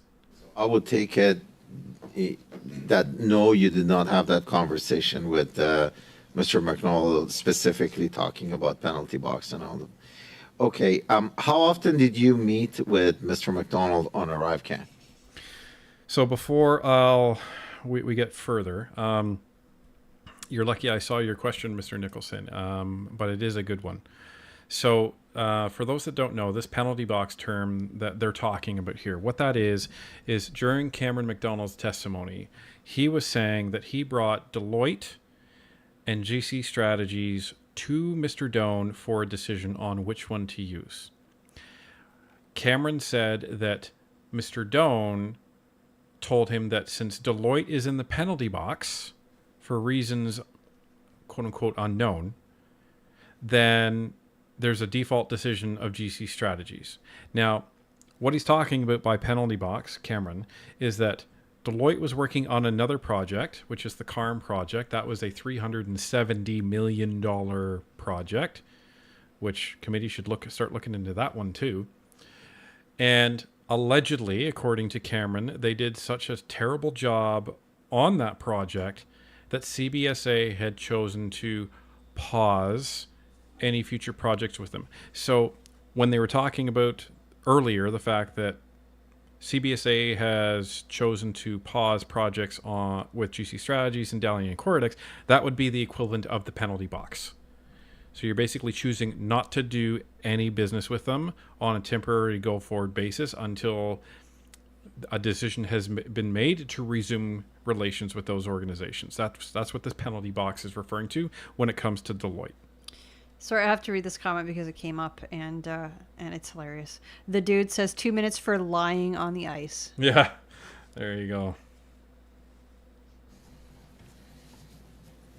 In the early days, and you will see evidence of this, and when I say early days, I do mean days. It starts on the 22nd. You'll see emails on the 23rd. Emails start at 7 in the morning, and it ended at 11, and would start at 7 in the morning again. We would talk all the time. Talk to Mr. McDonald. I'm afraid. Mr. Garand for 2.5 minutes, please. Back to the block. Donc, Monsieur Don. So, Mr. Don, if I've understood correctly, you were the Chief Information Officer. You got up in the morning and you said, well, we need an application here. You made a decision and you said that it would be a hybrid solution rather than a fully outsourced solution. And as CIO, you made that decision, and then it went out of your office to procurement. They never got back in touch with you. There was no feedback whatsoever, and then that company was selected, and you basically learned it in the newspapers. That's basically our take on the matter. So what you're saying to us is, even though, well, you are responsible overall for procurement, but as CIO, your opinion is never solicited when it comes to the companies that are either fit or not fit to respect the terms of a contract. Response. Well, to be clear, To be clear, Milady Loves Cats with her $28 super chat says, lies take the elevator and the truth takes the stairs. That's 100%. a really good saying. I like that. Yeah. And the stairs are out of order, unfortunately, especially when it comes to this guy. But yeah, I'm glad I'm glad the block is asking this question, which is essentially making this guy state his credibility as the chief information officer. He is implying by the question that, okay, so Doan, what you're saying is you're just a puppet. You're a token chief information officer, and all you do is rubber stamp stuff. Nobody solicits your opinion when it comes to vendors. Nobody even really cares that you're even there. Is that what you're saying? I didn't learn that we will be working with GC strategies on the news. That's the first thing. My question is about procurement, sir. You take a strategic decision that leaves your office, and as CIO, you never hear about that decision. It's contracted out, and the buck stops with procurement. It's no longer your problem. But circumstantially, at least, it would suggest that Mr. McDonald was aware. Given your position, you don't seem to have that much power based on what you're saying. Well, thank you so much, Casper H, for the $100 super chat. Hope this helps. Keep up the good work. It helps a lot more than you know. Thank you very, very much. And again, I love this line of questioning from the block. Very aggressive, pinning him in a corner, and is basically saying, so, like, well, like, you don't do anything. Sounds like you don't do anything. So why are you even here? The management under my purview have delegated to, and they're all accountable to me. Mr. Don, you said since the start of proceedings that the circumstances were exceptional, that you had to proceed rapidly, that they were not normal circumstances, and then you justify what occurred thereafter by referring to those circumstances. But, you know, these were extraordinary circumstances, but this is not appropriate. The first version cost over $80 million, or $80,000 rather. I shouldn't have to be consulted about something that would be developed in a 4-week time frame that cost $80,000. What? What?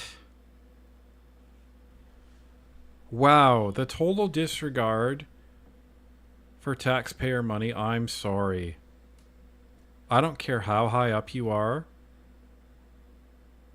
That's $80,000 of lunch money. That's $80,000 of rent money. That's $80,000 of gas money, you egotistical... Oh my God. I was trying not to swear. I have no time for these people that are speaking about taxpayer money like this.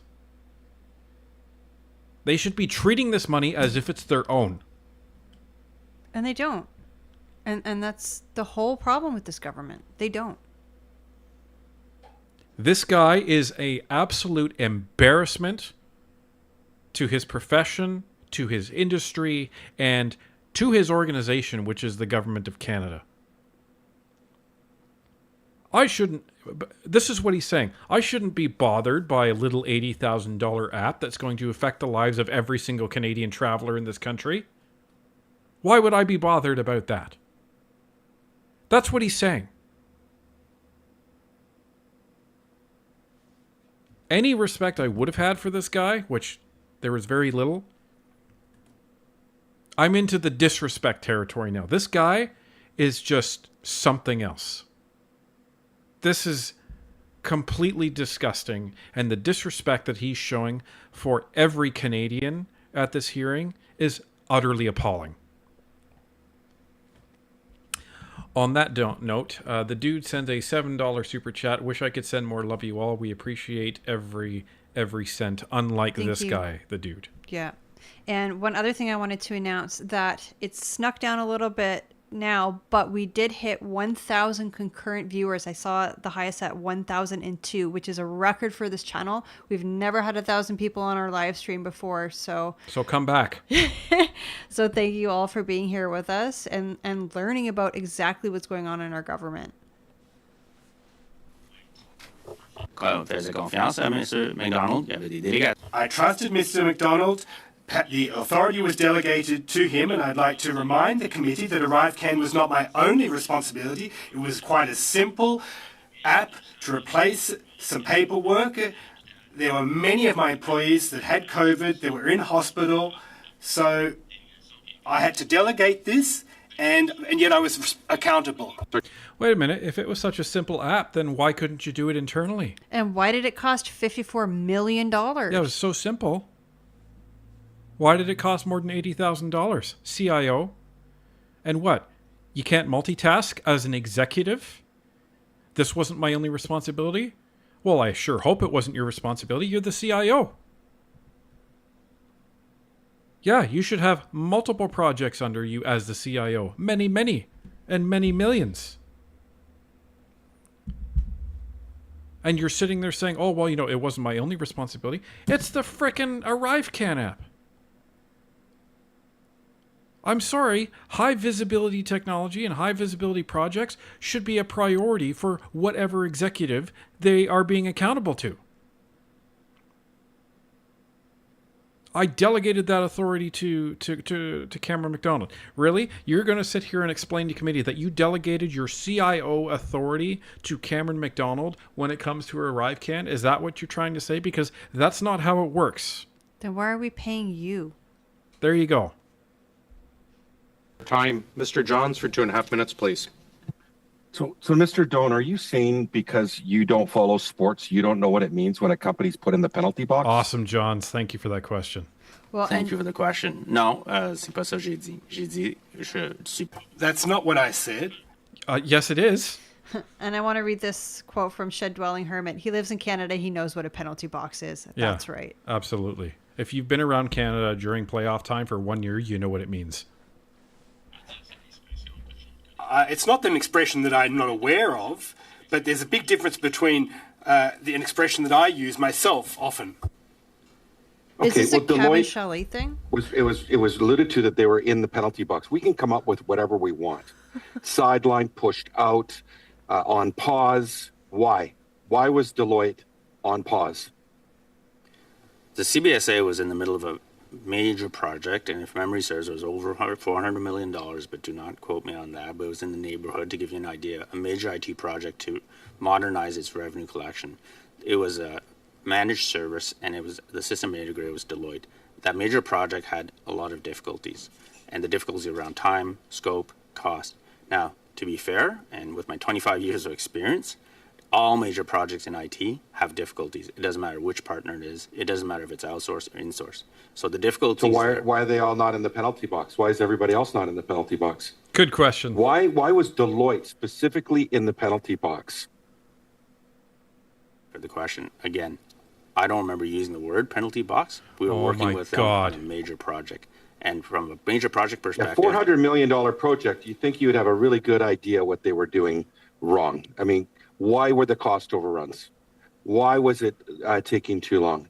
I mean, why? If you're punishing them, they've done something wrong. What did they do wrong? I don't know who punished who. No, there was no punishment involved. These major projects, the problems are joint. Oh my God. Oh my word. I don't know who punished them. These projects are joint. Wow. Stacy, member for 1 month. Well, you've been a member for longer than a month. Thank you, Cypher and Fox, for bringing all this to light. People need to know how this government is basically stealing from the taxpayers. Look forward to your shows. Thank you so much. That means a lot, Stacy. Love your participation and your comments. Light Giver with a $10 super chat. Remember, the ArriveCan app saved lives. Yeah, apparently. And it didn't ruin others, right? Well, and it also put 10,000 people in quarantine that weren't supposed to be there. So, that's what I mean, yeah. Oh, this guy's going to get destroyed when Brock comes back to him. As in terms of, it could be around business requirements, it could be around changing scope, it could be because it's taking some time, the technology has evolved. So it's not necessarily one party, and usually in my experience, it's both parties that need to sort through it, negotiate it, and make change requests as well. So I don't know. Typically, you don't punish or put a company in the penalty box, especially a company that size on a project that size, without something going on. I mean, this is really a big problem for this committee. We can't get straight answers from anyone, it seems, on the questions we're asking. And I'm just trying to get to the bottom of this, just some straight goods. Can you tell me anything that this committee should be aware of why Deloitte was in the penalty box or pushed out or whatever you want to come up with? I'm afraid that is our time, but perhaps we can get back to it on your next round, Mr. Johns. Mr. Duncan, please, for 5. Thank you, Mr. Chair. Mr. Doan, at the beginning of my comments here, I just want to remind you of the swearing in and oath you took here this afternoon. And a witness who refuses to answer questions or fails to reply truthfully may give rise to a charge of contempt of the House. In many rounds now, we've been asking some basic questions and not getting answers. We've been getting skating around it. So I'm going to try again, building on what Mr. Jennis had said earlier. The word you're using very specifically is you picked a technical direction, but Mr. Jennis did ask you in a previous round, when you made the decision to go in-house with a hybrid model, can you confirm again that you were completely unaware in that hybrid model who those outsourced contracts may be? Yes or no? Did you know that GC Strategies or anyone was involved at that time? Merci pour la question. Le témoignage puis Thank you for the question. Why are you responding in French to an English question? Because he can, I guess. That's okay. I like this translator. Wow. Evidence suggests this supports what I said. In no case did the hybrid option mention GC Strategies. Not at all. In no single document, in no single email is the word GC Strategies mentioned. To go with a in-house model, a hybrid blend as you call it, and picked a technical decision, and you had no clue who would actually be working on the project. You're telling Canadians, in this case, that you made a decision worth tens of millions of dollars worth of sole source contracts that came down, and you just said, we'll do it in-house and doesn't matter who the outside contractors are. That wasn't even a thought for you in making a decision one way or the other that you might want to know who it is? So before we comment on that, E. Phoenix Zen with a $50 super chat. Thank you so much. Your insights and commentary provide a fresh perspective on current issue. Thanks. Second favorite channel now. Well, hopefully we can earn a top spot in your favorite list, but we'll settle for second for now. Thank you very much for joining the stream. As for this, this is the first time I've seen Eric Duncan actually questioning a witness, and I like how direct he's being. No nonsense. Keep it up. This is exactly the approach that we need to these obfuscating witnesses that don't give a damn about our taxpayer money. Thank you for the question. I've said it previously, but I will repeat. It was not a multi-million-dollar decision. It was not a $54 million decision. It was a decision to have a one application up in 6 weeks to replace a piece of paper that cost $80,000. So I trusted my DGs who are delegated to do these things to get it done, and Mr. McDonald got it done. Well, I would say your decisions led to 4 sole source contracts going between April 2020 and May 2022, valued at $43.1 million. So I would argue your decisions did have some consequence. So I want to provide you the opportunity as well. You've been to the committee, and there's been many challenges with some of the testimony of what we've heard, to say the least. Many accusations have been made against you regarding you being the one that made the decision and aware of what was going on. But your wording today has picked a technical direction, and you reference other people on your team are the ones that made the final decision to go with GC Strategies, among others, and no names have been given. I want to provide you an opportunity again. If it wasn't you that made the decision, then name the name of who did it.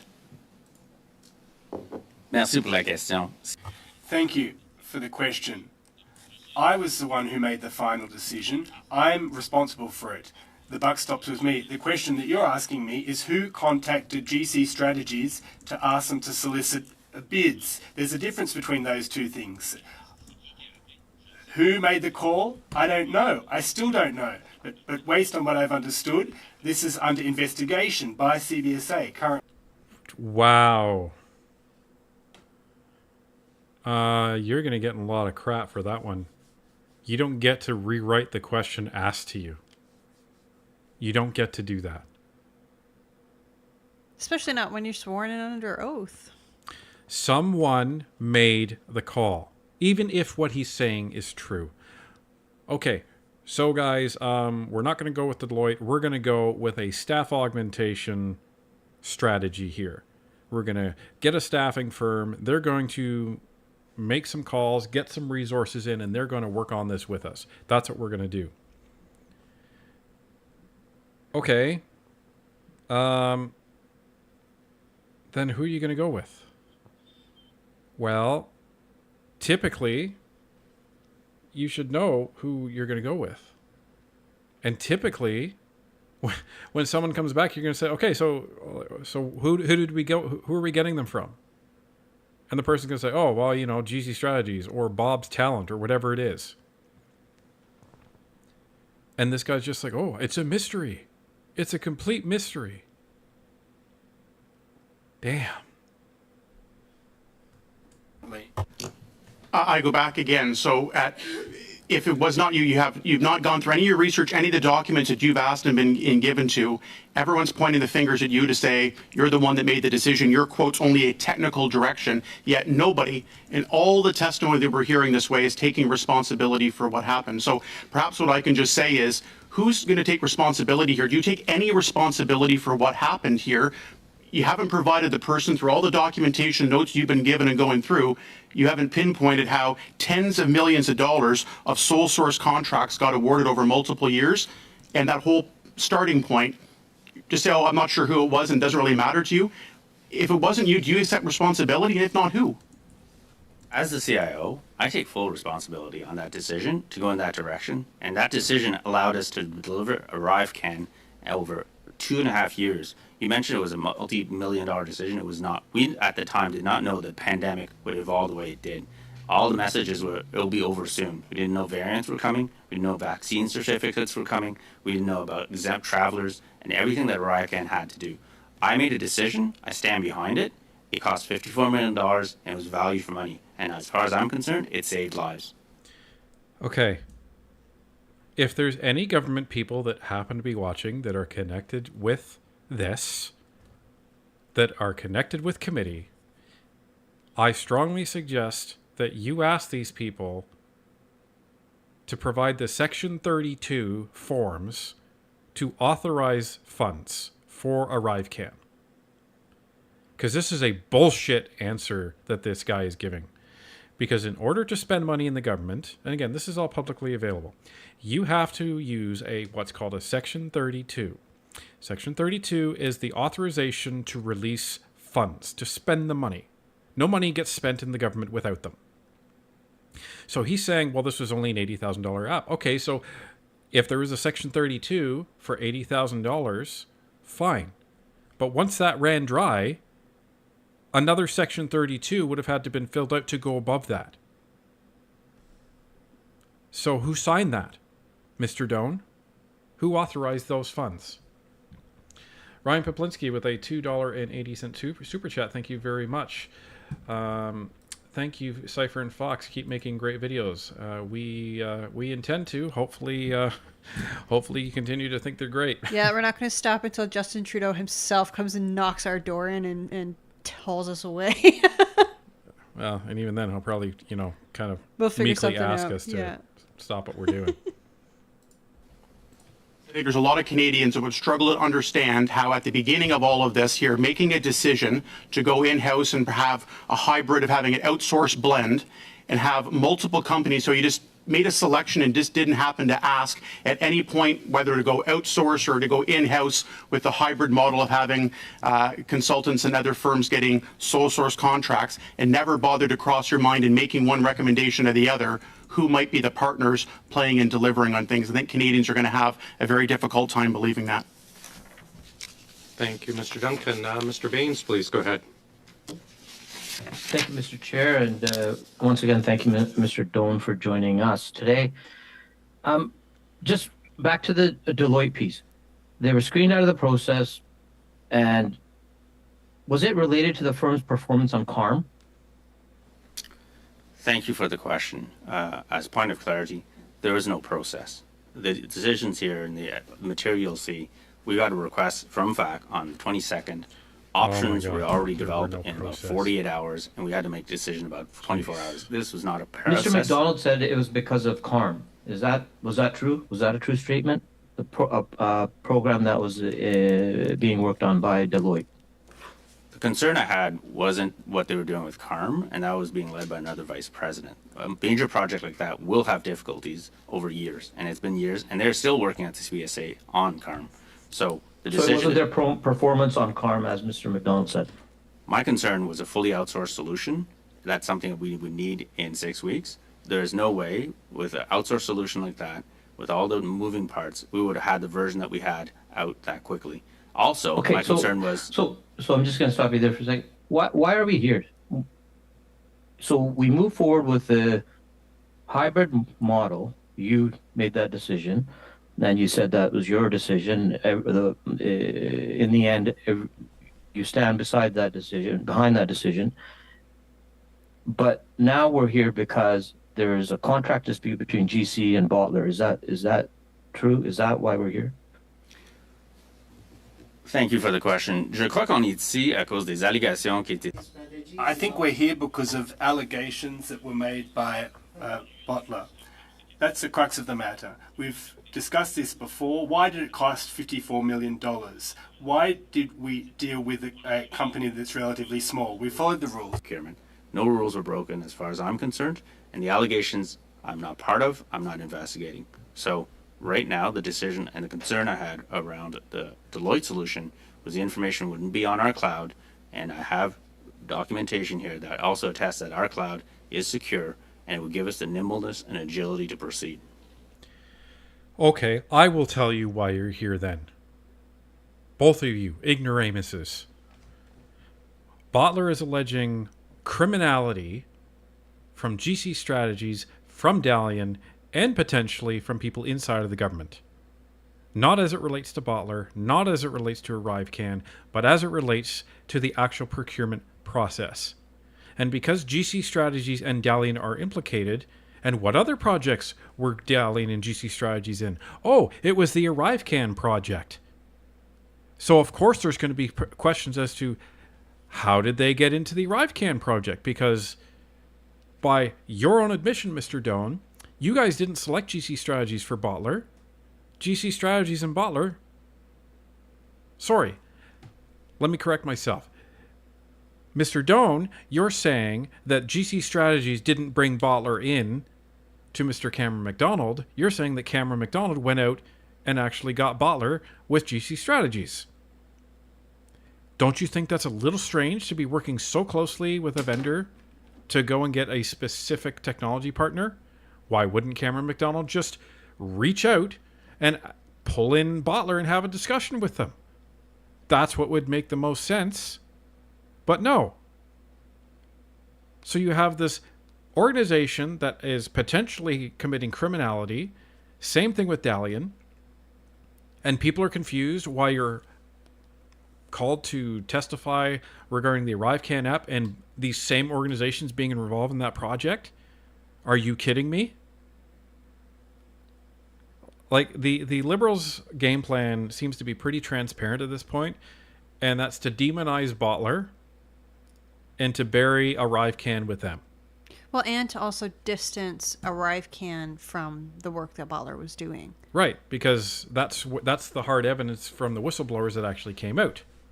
And it is hard evidence.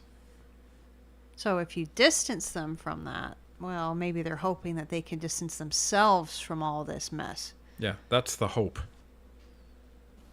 Okay, so further to going into Botler's claims, they maintain that it's retaliation.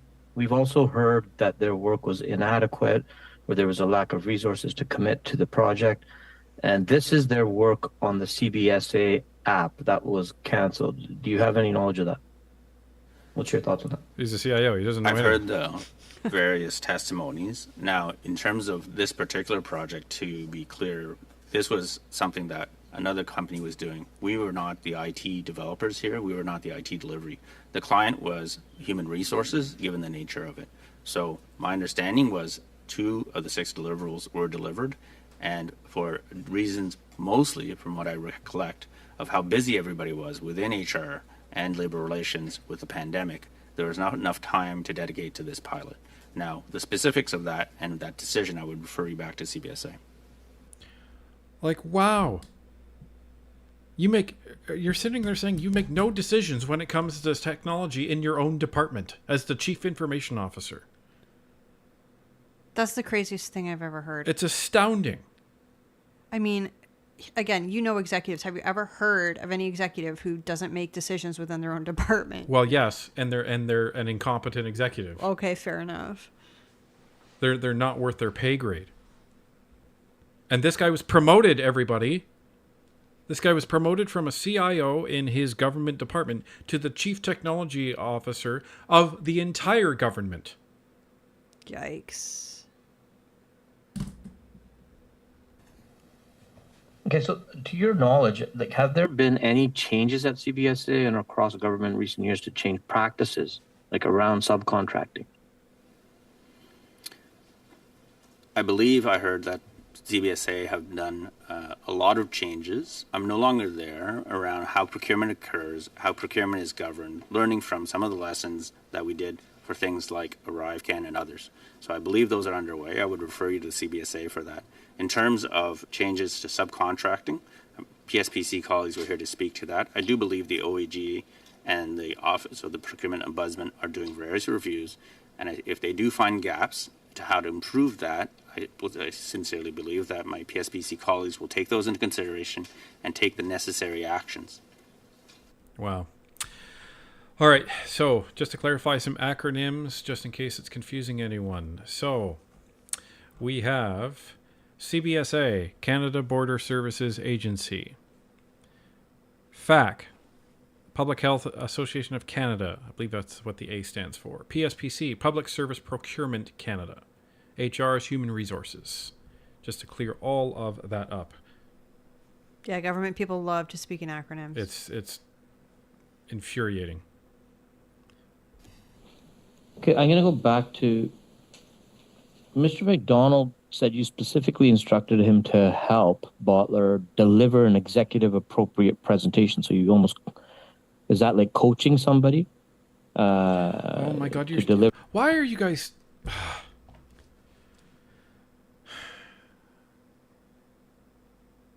Well, the Liberals can't be this dumb. No, I think they're purposely trying to waste time with like softball questions so that. But he's not even talking about so. I think Baines is getting confused between the presentation with the president versus when Doan was called to committee. Because Doan specifically asked Cameron McDonald to provide him some help on how to answer committee. And Baines is sitting there saying, oh, so, you specifically asked Cameron to help you, present this. Oh, my God. Daniel with the $7 super chat. As Clint Eastwood said in Heartbreak Ridge, this is one big cluster F-bomb, brackets, quotes. Oh, sorry, Brian, you didn't get your actual F-bomb. There you go. Trying to keep it clean. An appropriate presentation. Is this the case? Thank you for the question. Botler is a relatively young, new company that didn't necessarily know how to approach government. So, no, the answer to your question is not no. But if we're going to bring this presentation that I saw, which was very, very technical and probably too long, to a deputy minister, I said this needs to be more succinct and it needs to be more pointed in terms of what are the business problems that are trying to be solved and what are the outcomes. But we are not telling... Is that regular practice? Is that regular practice? Absolutely. If we're going to a deputy minister, if I get a presentation at my level that's 2 hours, I will tell them, you have 30 minutes, and you probably want to get your point across in 15 to allow the deputy to ask and answer questions. But that's not shaping the story. Thanks, Mr. Doan. That is your time. Mr. Brock, go ahead, please. Yes. All right, this is what we've all been waiting for. Rand and Gadsden with a $2.79 super chat. Just got home from work. Can't wait to dive in. Can't wait to have you. Thank you very much. You're joining the other 1,011 viewers that are currently watching and 1,119 likes. Thank you very much, chat. Well done, all of you.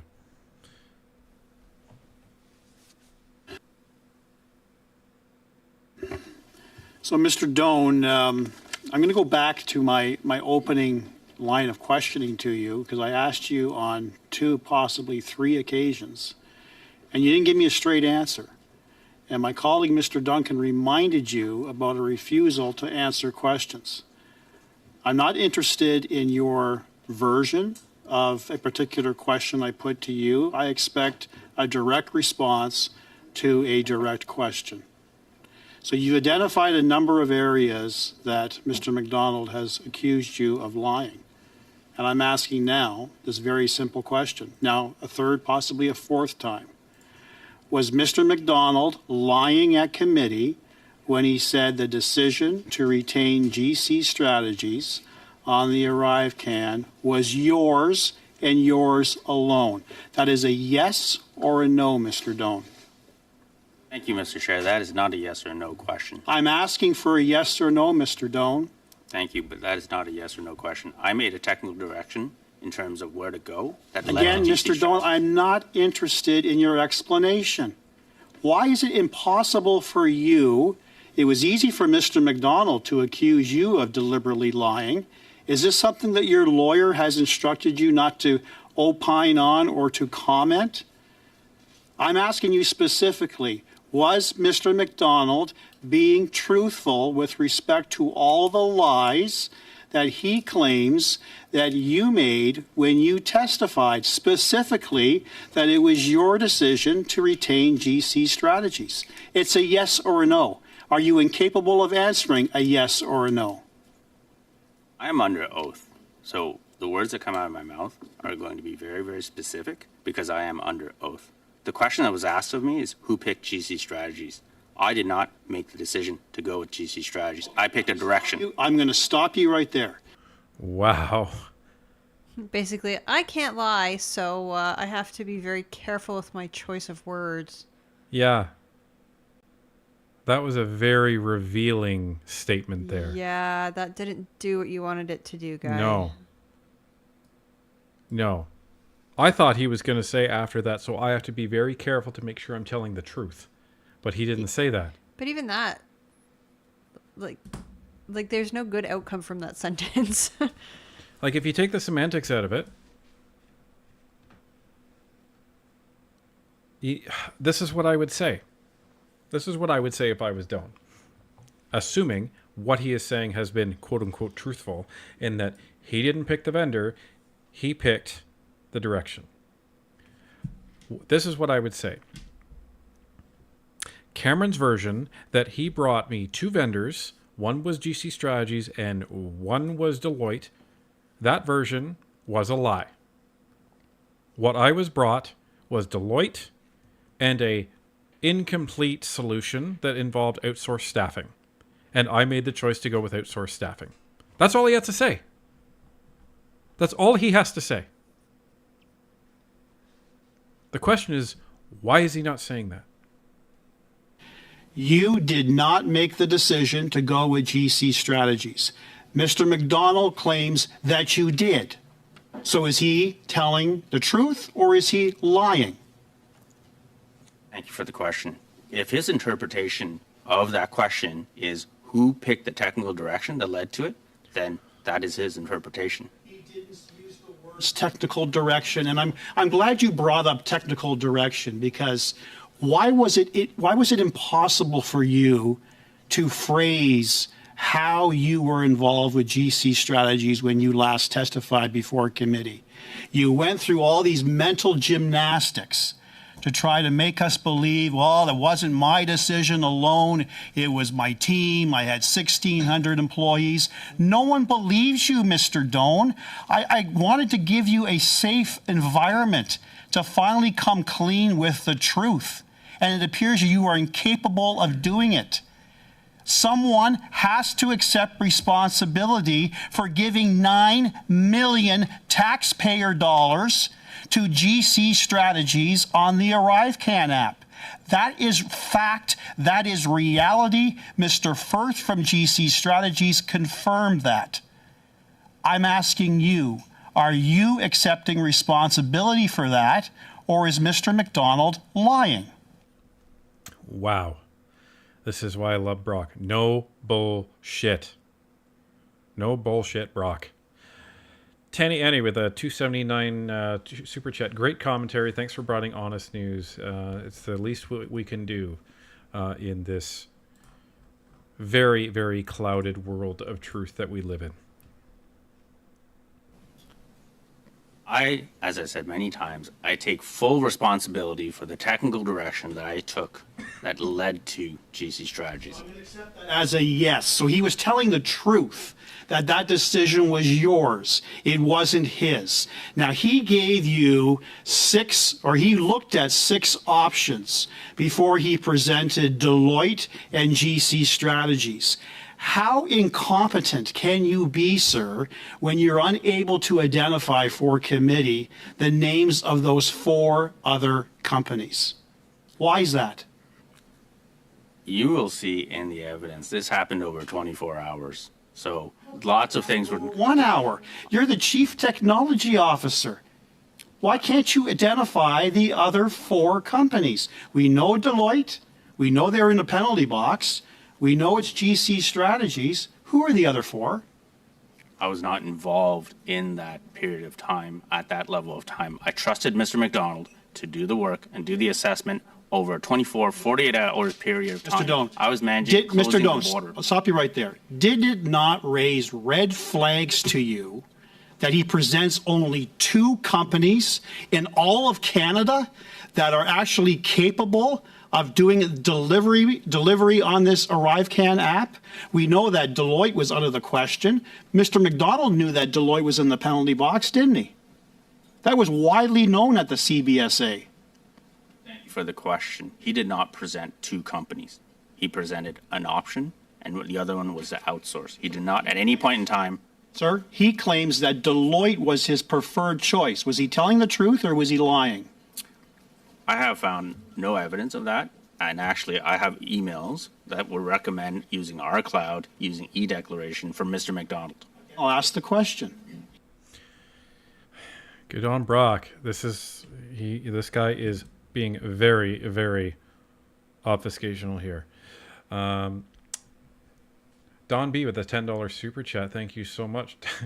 Northern Perspective, the new Canadian mainstream. Thank you for giving us all the opportunity to watch history in the making. You guys rock. Thank you so much for that. And we also want to thank Clint Holmes for joining NP Supporter. Welcome aboard. Welcome aboard, Clint. Head on over to the community section after the stream or tomorrow. It'll be probably pretty late, and you'll get to see a whole lot more of the channel. He claims he presents to you 2 options, Deloitte and GC Strategies. And he says to you, as he testified at committee, that his preferred choice was Deloitte, and then you turn that down because you probably confirmed that Deloitte was in the penalty box, and you directed him to go with GC Strategies. Again, Mr. Doan, for the 5th, 6th, 7th time, who is lying? Are you misleading, or was Mr. McDonald misleading when he said that decision, that direction was not his, but yours and yours alone? Very brief answer, please. There's an evaluation matrix in here developed by the CBSA that supports my decision and does not recommend the Deloitte approach. That was... Thank you, Mr. Doan. Oh, Mr. my Shawari, goodness. please. Thank you, Mr. Chair. Mr. Doan, was there at any time any concern raised by your superior about ArriveCan? If Doan's lying, I want to see the dirt that that Cameron McDonald has on him. Yeah, allegedly these guys all have dirt on each other, so... I really want to know what dirt Cameron has on this guy if he's lying. I just... They're all tangled up in this mess. But again, he has said some points. Maybe he just didn't realize it. He has said some statements earlier that refute some of the things that Cameron had said. So he wasn't afraid to do that. So, like, what's happening here? Doesn't make sense.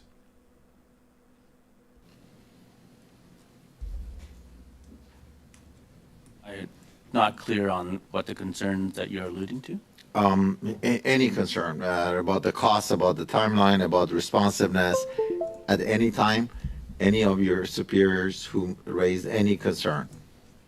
No, not at all. We were having different releases pretty much every 30 days, responding to moving OICs and public health measures that are evolving every day, new variants, vaccine certificates, different types of workers.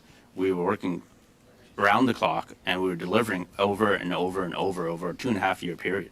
Thank you. Mr. McDonald, I recall Mr. McDonald indicated that you had indicated that the superior or people above are not happy about ArriveCan.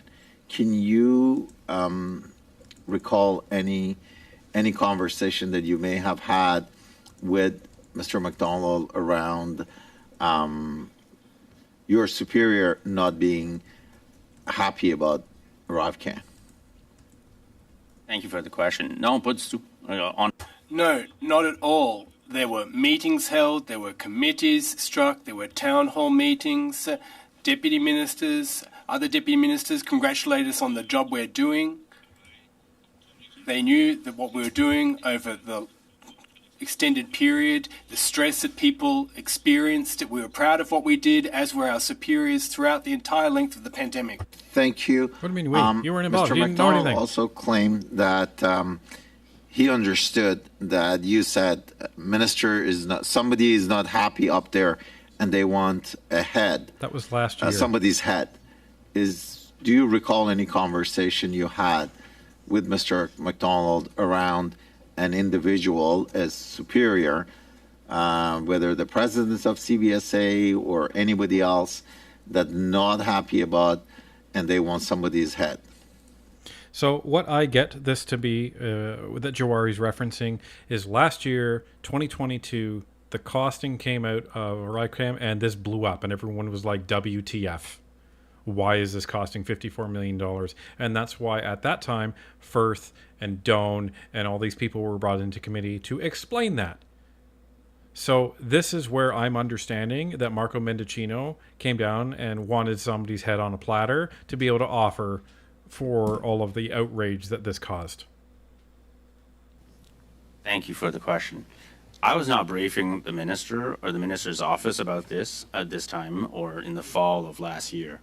Nobody was looking for a proverbial head. The question that was raised last year was, why did it cost $54 million? Yes. Was it value for money? Yes. And one of the sub-questions that was making the media was, why among the 30 or more companies that we worked with to develop ArriveCan, why would one of those companies be relatively small? Correct. There was no allegations of wrongdoing. Nobody's looking for a head. Yeah, thank you. Who raised that question? Who specifically raised that concern or question? Nobody raised that question. Nobody raised that concern. So no minister, not your superior, raised the question that there are these there's media news and we want to get to a bottom of it. The next corning question is, so you're saying that Cameron was lying on that? We're still, and I continue to be very proud of the ArriveCan work. Like, GC Strategies was one among 30-something companies that we worked with to deliver this, and it was tireless over 2.5 years. A concern raised around the $54 million. There were questions to make sure we could justify and explain it because it was very popular. Those questions. The entire agency, everybody. But we defended those numbers. We defended those numbers. Okay, so did at any time a minister or a representative of a minister reach out to you or to your department, directly or indirectly, to inquire about the cost of the application? Not to me. Okay. A-tip that crowd. So you'd also do not recall having any conversation about wanting somebody's head, somebody up there wants somebody's head? As I said last year, there were no allegations of wrongdoing. It was just, can we explain the $54 million, which I believe CBSA did, and I still stand behind it. Yeah, and it's a crap With 30 explanation. seconds to go, if there is any allegation of misconduct and lying and intimidation, who would you directly raise that to? Who would be your superior? Any issues at that time during that period would have been Mr. John Osowski. Robert McFallon with a $5 super chat. This is why Mendocino was dumped from cabinet. He had his ham hocks all over this and probably stole millions. Well, that remains to be seen. Yeah. But I think we'll get an answer hopefully soon. And what role does the clerk of the Privy Council play as it relates to raising these concerns of allegation? At my level, I don't interact directly with the clerk. Any interactions would be higher than me. So in terms of seriousness of allegation, I would raise what I think would be needing attention, and then I trust the deputy ministers would raise to the appropriate authorities after that. Thank you, Mr. Chair. Thank you. Mr. Garong for 2.5, please. Merci, Mr. Thank you, Mr. Chairperson. Mr. Dunn, I'll tell you why I'm really not wanting really to believe you here. First, you said the situation was urgent, that you had to go through procedures that normally take a longer period of time, and you had to do this in a 24-hour to 48-hour time frame because everything was rushed. Now, there are normal procedures that over a period of weeks or months, and this took place over 24 to 48 hours. There were technical specs, there was reports, you delegated, and then there was contracting out. Now, it would strike me that in a time of crisis, when things are moving very quickly, that would be an adequate reason for the Chief Technology Officer to give an opinion and to be consulted on the matter before retaining a company. You're saying that you followed the rules as normal, but this was exceptional, so everything was done within a 24 to 48 hour period, and the subtext of that is that things were not done normally. What version should we be believing here of what you have to say? That is a very, very good point. It's calling into question the testimony of actually all of these guys, even PSPC. So remember, all of them, including Doan and including McDonald, were saying that, oh, well, no procurement rules were violated. No, well, how can you say that? Because everyone is saying that, well, this would typically take weeks and months to do in the government. Well, then you bent some rules, because how would you get it done within 24 hours to actually make that decision? That doesn't make sense, guys. And if it doesn't make sense, it's not true.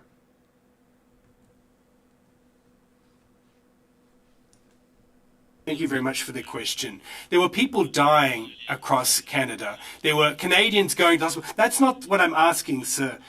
I'm not asking who went to hospital, who didn't go to hospital. You said in the first instance that things were rushed through, they were rammed through over 48 hours, and that you had to take extraordinary means. And when we asked, were you consulted? You said, well, all the normal procedures were followed. So what you're telling me is that normally the normal procedure is to not consult you if things are to be done in a 24-hour to 48-hour period? Response. The procurement procedures were followed. PSPC was consulted throughout. There was governance concerns, technical considerations. It should have been better documented, but it was a time of crisis, and there was a pandemic. So what you're saying is that in a time of crisis, you were the Chief Technology Officer, and no one saw fit to consult you and determine which was the best company to retain. You were the top-ranked person, and you should have no input into the decision? Great questions from Mr. Garland here. So he's cornered Doan. Doan is now completely screwed because you are either an incompetent chief information officer that no one felt the need to consult, which means you have no respect from your organization, or you're lying. So which is it? Those are your only two options here. Sorry, but that's what you have. Only two options. At the end of the day, response. Given all my responsibilities at the time, the closure of the border, I had to delegate this to to my Director General, Mr. MacDonald. I placed my trust in Mr. MacDonald. I managed my entire team at the time. I had to manage the lockdown. Well, obviously you didn't manage your team. Your team was managing you. If they didn't consult you, they were managing you. If you didn't go to them and say, hey guys, I want an update, that means you're not managing them. That's what that means. Mr. Grom. Mr. Johns for 2.5, please. Can you, did GC Strategies and all of its resources who worked on CBSA projects have proper security clearances? Like, have they all received and signed completed security briefing and screening This is related to forms? Botler. Thank you for the question. To the best of my knowledge, you cannot actually start work, and a lot of the contracting authority, procurement teams within CBSA would have verified all of those things before work could be started.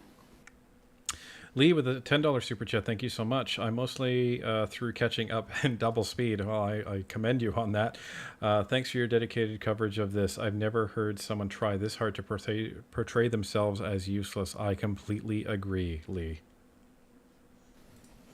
Okay, these ghost contractors and unnamed resources pose, as you know, a significant risk to our national security and the data and privacy of all Canadians. Now, Ridika Dutt and Amir Morov never signed an NDA or any other confidentiality agreement with the government, CBSA, or any of the pass-through contractors that were enlisted under. Is this normal practice, and is it permitted by procurement policies for the government to not require contractors and or consultants to sign NDAs? Thank you for the question. I believe there are two parts to that question in terms of NDAs and subcontracting. The first part is the term ghost contracting. I must admit, in all my years, 25 years, that's not a term I'm familiar with, and it's not a term I've heard of in terms of ghost contracting. So if what you're referring to is subcontracting, the practice of subcontracting, I believe that has been explained many times. The Government of Canada deals with the contractor in question, the main contractor. The main contractor then has, following PSPC guidelines and rules, the ability to subcontract to whoever they need to get the work done.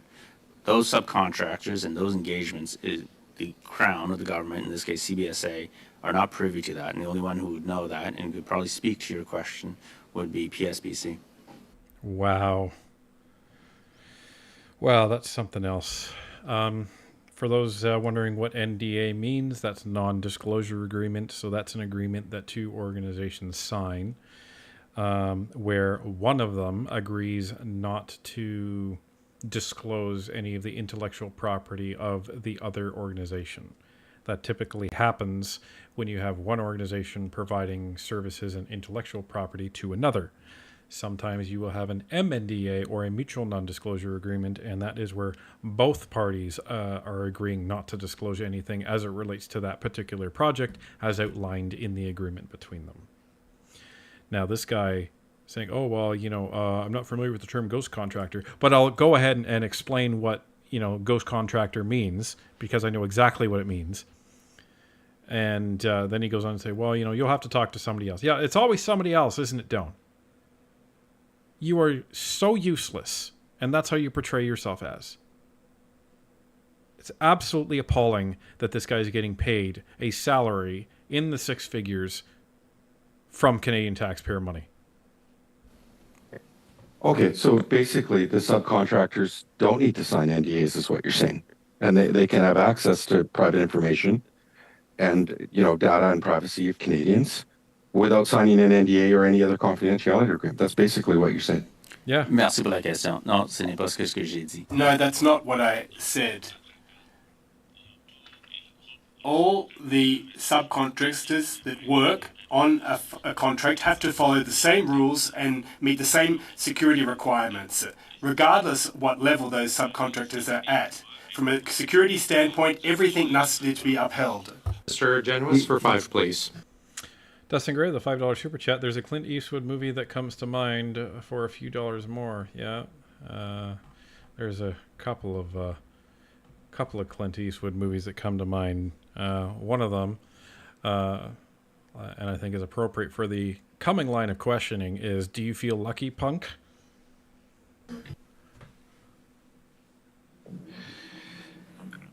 Mr. Doan, in general, when did you first become aware of the existence of GC strategies? I didn't become aware of the existence of GC strategies well into the pandemic. So when? I would have to go back into my records to confirm. Wow. Okay, but you're saying well after the awarding of this contract? Thank you for the question. Yes, I am. Okay. Oh my God! So the time you're telling us that at the time this contract was awarded, you never heard of GC strategies, never heard of Christian Firth, never met, had no awareness of them whatsoever. There are over 30 companies that worked with. No, that's what you're telling us, right? Thank you for the question. That is not what I'm telling you. Whoa! Wait a minute. You say that's not what I'm telling you? That's not what I'm telling you. That's what he Yeah. said. Very interesting. Before we get to that, thank you very much, Glenn Stewart, for a $2 super chat. Beavergate, best I can do till 30th. There you go. Wow, that's an interesting statement by Mr. Doan there. So, no, I hadn't heard him until well into the pandemic. Well, well into the pandemic would have been far after this, because this was at the beginning of the pandemic, right? That's what he was saying. So you did know. That's what you just said. Hey, can you give me a direct answer, sir? Were you when did you become aware of GC strategies? You said it was after the awarding of this contract. You said that earlier, right?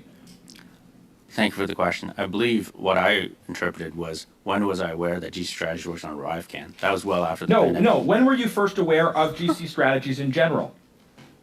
Thank you for the question. When I looked through my records, there was a meeting in 2018 where I was a board member of IT professionals, and they came and presented to that board a very generic set of services and offers that were there. It was a large group setting.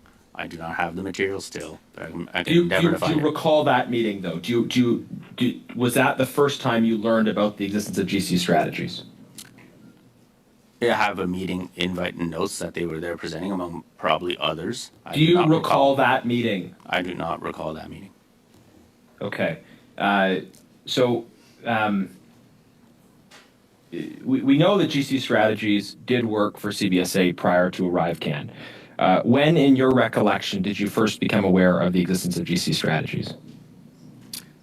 So, thank you for the question. Other than them being a presenter at a board meeting, then after that, I know that GC strategies was on letterhead when the Botler demo was presented to us.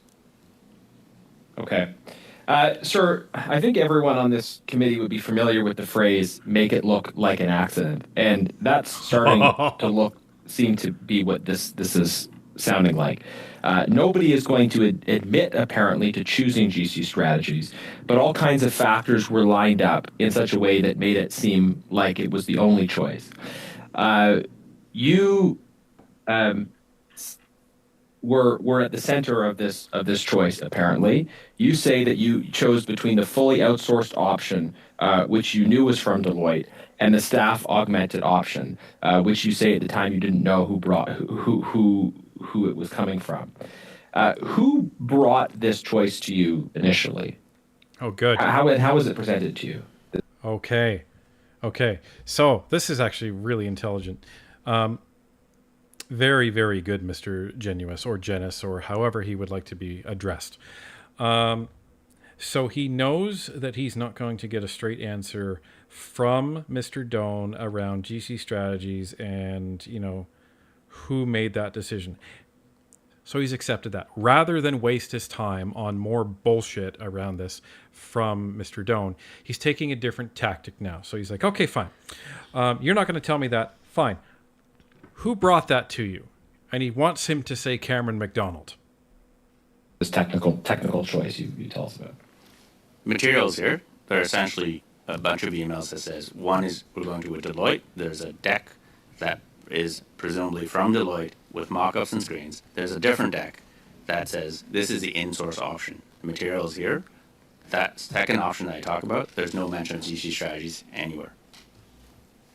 Okay, so you were presented with two options. One had Deloitte. One was presented as an in-source option, but it didn't have the name of the company involved. That's really weird, right? Did you think it was weird at the time? Did you say, hey, how come there's no mention of the company or companies involved? Thank you for the question.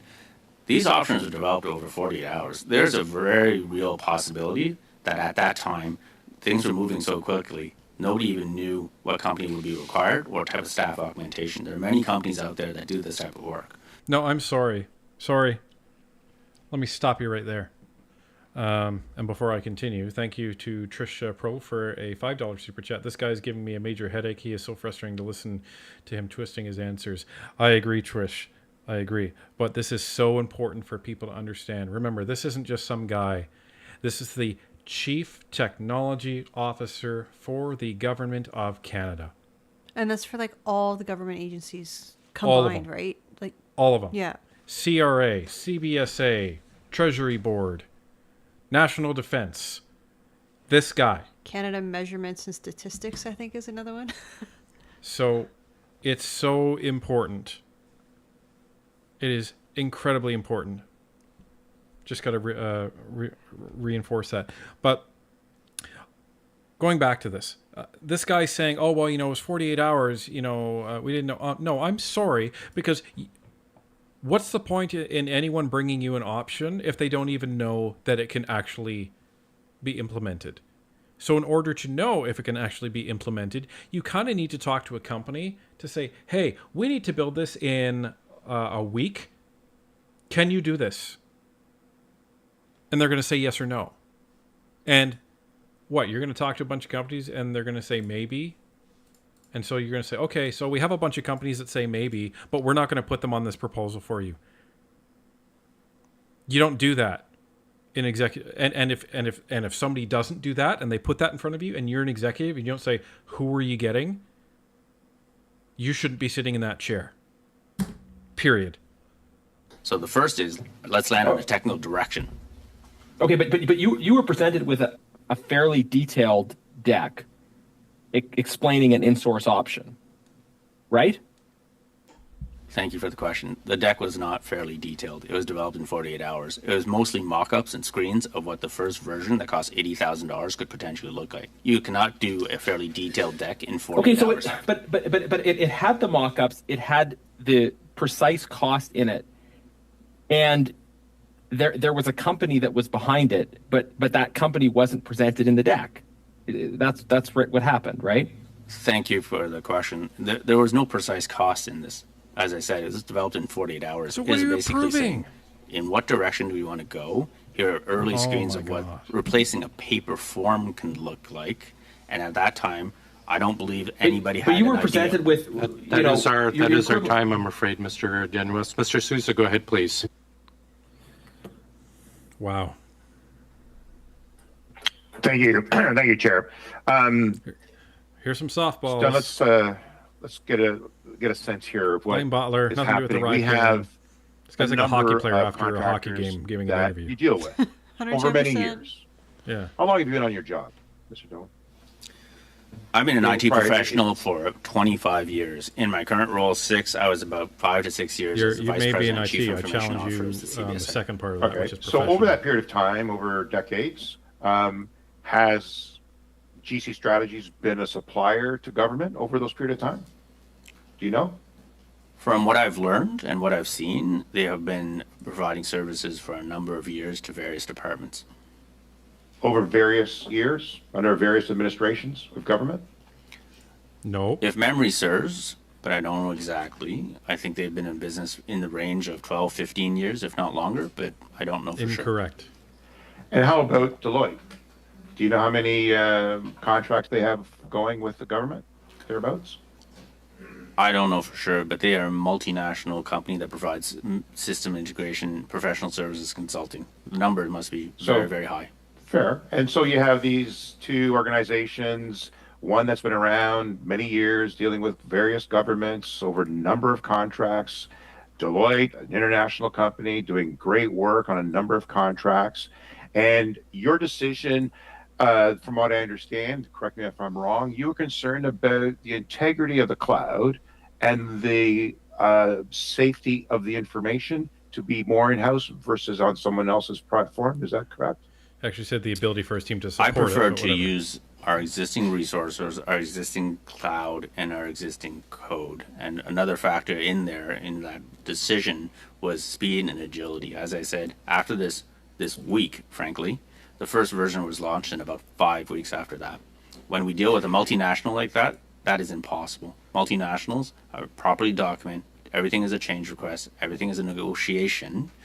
And when you deal with a multinational, by nature of it, it is much slower. There is no way that we would have had a solution in 5 weeks dealing with a multinational like Deloitte. Fair enough. So we are now, so the issue with Botler, that's a separate issue altogether. GC Strategies didn't have a contract. That's completely different.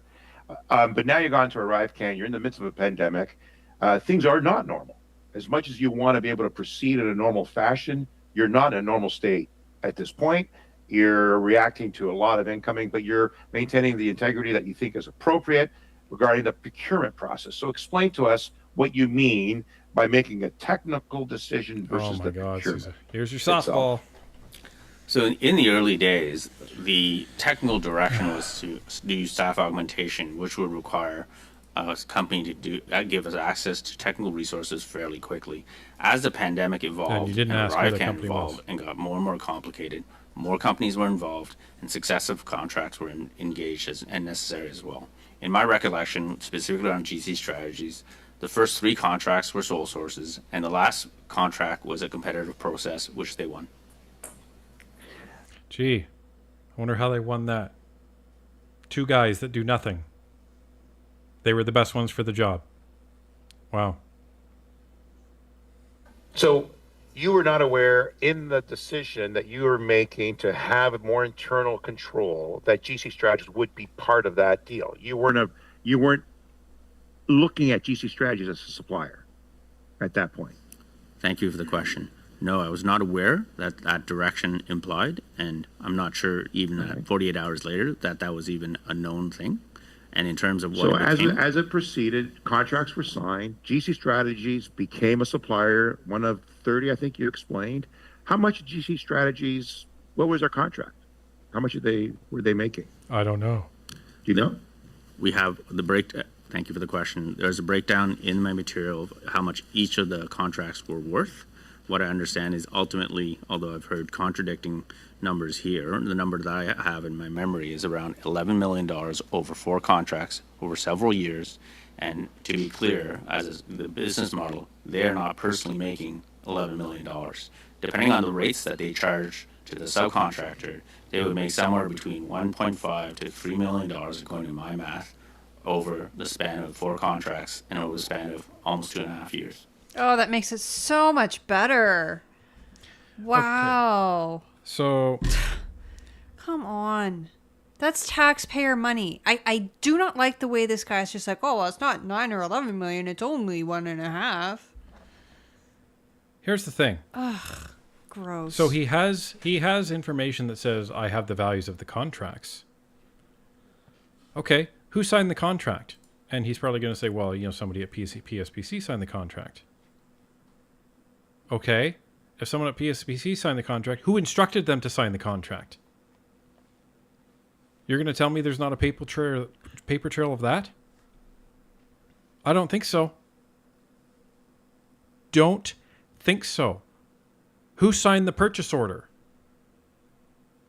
Purchase order is something that they would actually need in order to put together the contract. Like, there's so many artifacts that you guys could pull to actually show who it was. But there's an investigation. Uh-huh.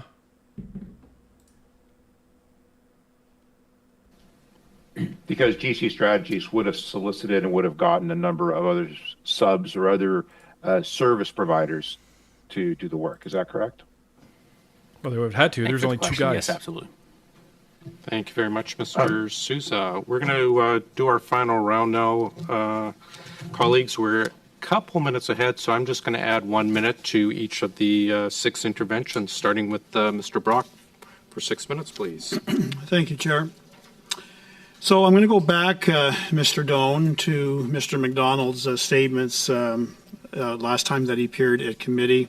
We talked about a number of lies that he claims that you have made. And now specifically, I want to talk about the alleged threats. In your opening statement, he claims, well, Mr. McDonald claims that he was directly threatened by you on more than one occasion. You claim that that didn't happen, that you did not threaten. So both versions of fact cannot be true at the same time. So I'll ask you again.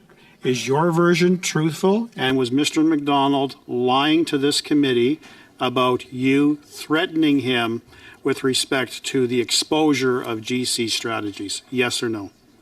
Thank you for the question. My version is truthful. I had never threatened Mr. McDonald. I said if we couldn't have come to an answer that the committee may turn to. Well, I will, by extension, claim that Mr. McDonald was lying to this committee. I know that you have an aversion to using that language, probably as a result of some legal advice, so I'm not going to push you on that, but clearly you claim now, under oath, that your version is actually accurate. Did you actually seek advice from him on your initial upcoming testimony at this particular committee? He claims that you were so nervous, you were emotional, and at times you were crying, and you were desperate to get some guidance from him, even though he had been removed from the CBSA for close to a year at this point. You wanted guidance on how to testify at OGO. Was that correct? Merci pour la question. Ce que j'ai dit tantôt, c'est que j'ai jamais. Thank you for the question. What I said is I never threatened Mr. McDonald. I did say that I did not threaten him. On how to testify Answer at the your question. first committee meeting, yes or no? J'ai demandé à Mr. McDonald. I asked Mr. McDonald, and it's in the material here, I asked him if he could help us clarify some facts considering what had happened at the agency in March 2020. He was closer to what had happened. I have an actual copy of the email that Mr. McDonald wrote on the 29th of October 2022 at 11:28 in the morning.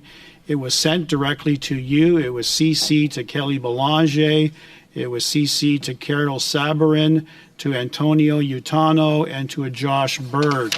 This was the subject matter of the Globe and Mail story that broke on October the 4th, 2023. I'm not going to read to you, sir, the exact 7 pages of the email, but certain excerpts of that. So Mr. McDonald says to you, you asked me for advice on the key question of why GC Strategies, but I also think we are all grappling with who selected GC Strategies, that he wrote in on the October 29th, 2022 email.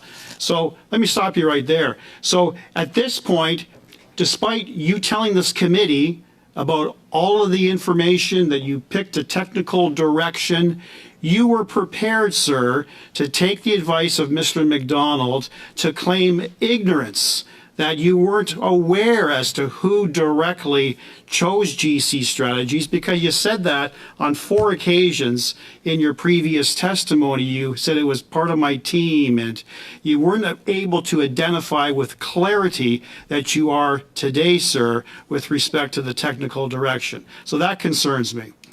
Mr. McDonald's email contains several suggested answers for the executives.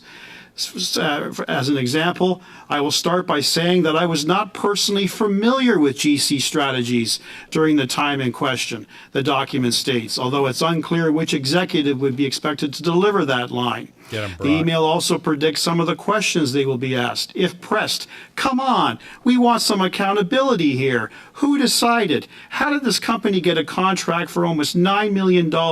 Who made money off of this? Who is getting rich off of taxpayer dollars, the document states, followed by a recommended response.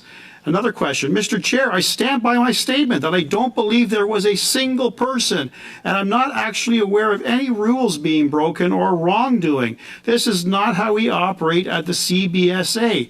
This exchange, this email with coaching on what to say and anticipated questions by committee is so disturbing on so many levels, sir. It's akin to obstructing justice. My former career as a Crown attorney would elicit a police investigation if this type of evidence came out with respect to a trial or a hearing. Parliament is a little different, but it's still disturbing to me, sir, on many, many levels that you sought coaching on specifically what to say and to not accept responsibility for GC strategies. Have you been coached today, sir, on what to say and what not to say? Whoa, Mr. Brock laying the hammer down. And speaking of former prosecutors, I believe Diane Sylvain with the 1399 Super Chat is also a former prosecutor. Says obfuscate, sorry, I can't pronounce that, render obscure, unclear, or unintelligible, evasive, tending to avoid commitment or self-revelation, especially by responding only indirectly. Both of these go to credibility in court. And I'm not even going to confirm or deny. Well, let me just rephrase it. I'm not even going to confirm that because Diane's the expert here. So I don't need to confirm. She knows what she's talking about. But this is a great approach by Brock. We have the email. We have what you said. You know, you're in effect lying to us by saying, "Oh, I just asked for some advice on some things." That's a lot more than advice.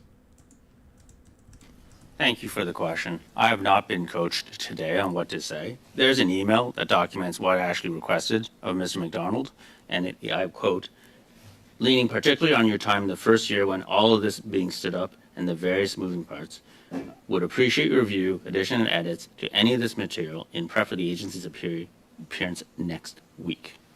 Thanks, Mr. Doan. Mr. Sousa, please, for 6. Mr. Doan, how many contractors were involved with the RIVECAN? I think you mentioned 30, is that correct? Merci pour la question. Si ma mémoire est bonne, mais je vous référerai. If my recollection is good, it's over 30. And of those contractors, GC Strategies is one of them. The claims are that GC Strategies is making a cut on the deal and that they don't deserve to make money because they didn't do the actual work. Of the contractors that you assigned, the other 30, are they in the same arrangement? Thank you for the question. So the work that these types of organizations do is security screening, they do vetting, they connect, they have a network that can give you very, very quick access to the skills you need that would be impossible to get yourself in terms of contracting, finding them, and getting in touch with them. So that's the work that these companies do. Wow. I appreciate that. So the other companies would have taken their cuts too, presumably. Merci pour la question. Thank you for the question. Among the 30 companies, a lot of them are offering different things, and it wasn't always staff augmentation. We work with Amazon, for example, for the cloud. We work with Microsoft.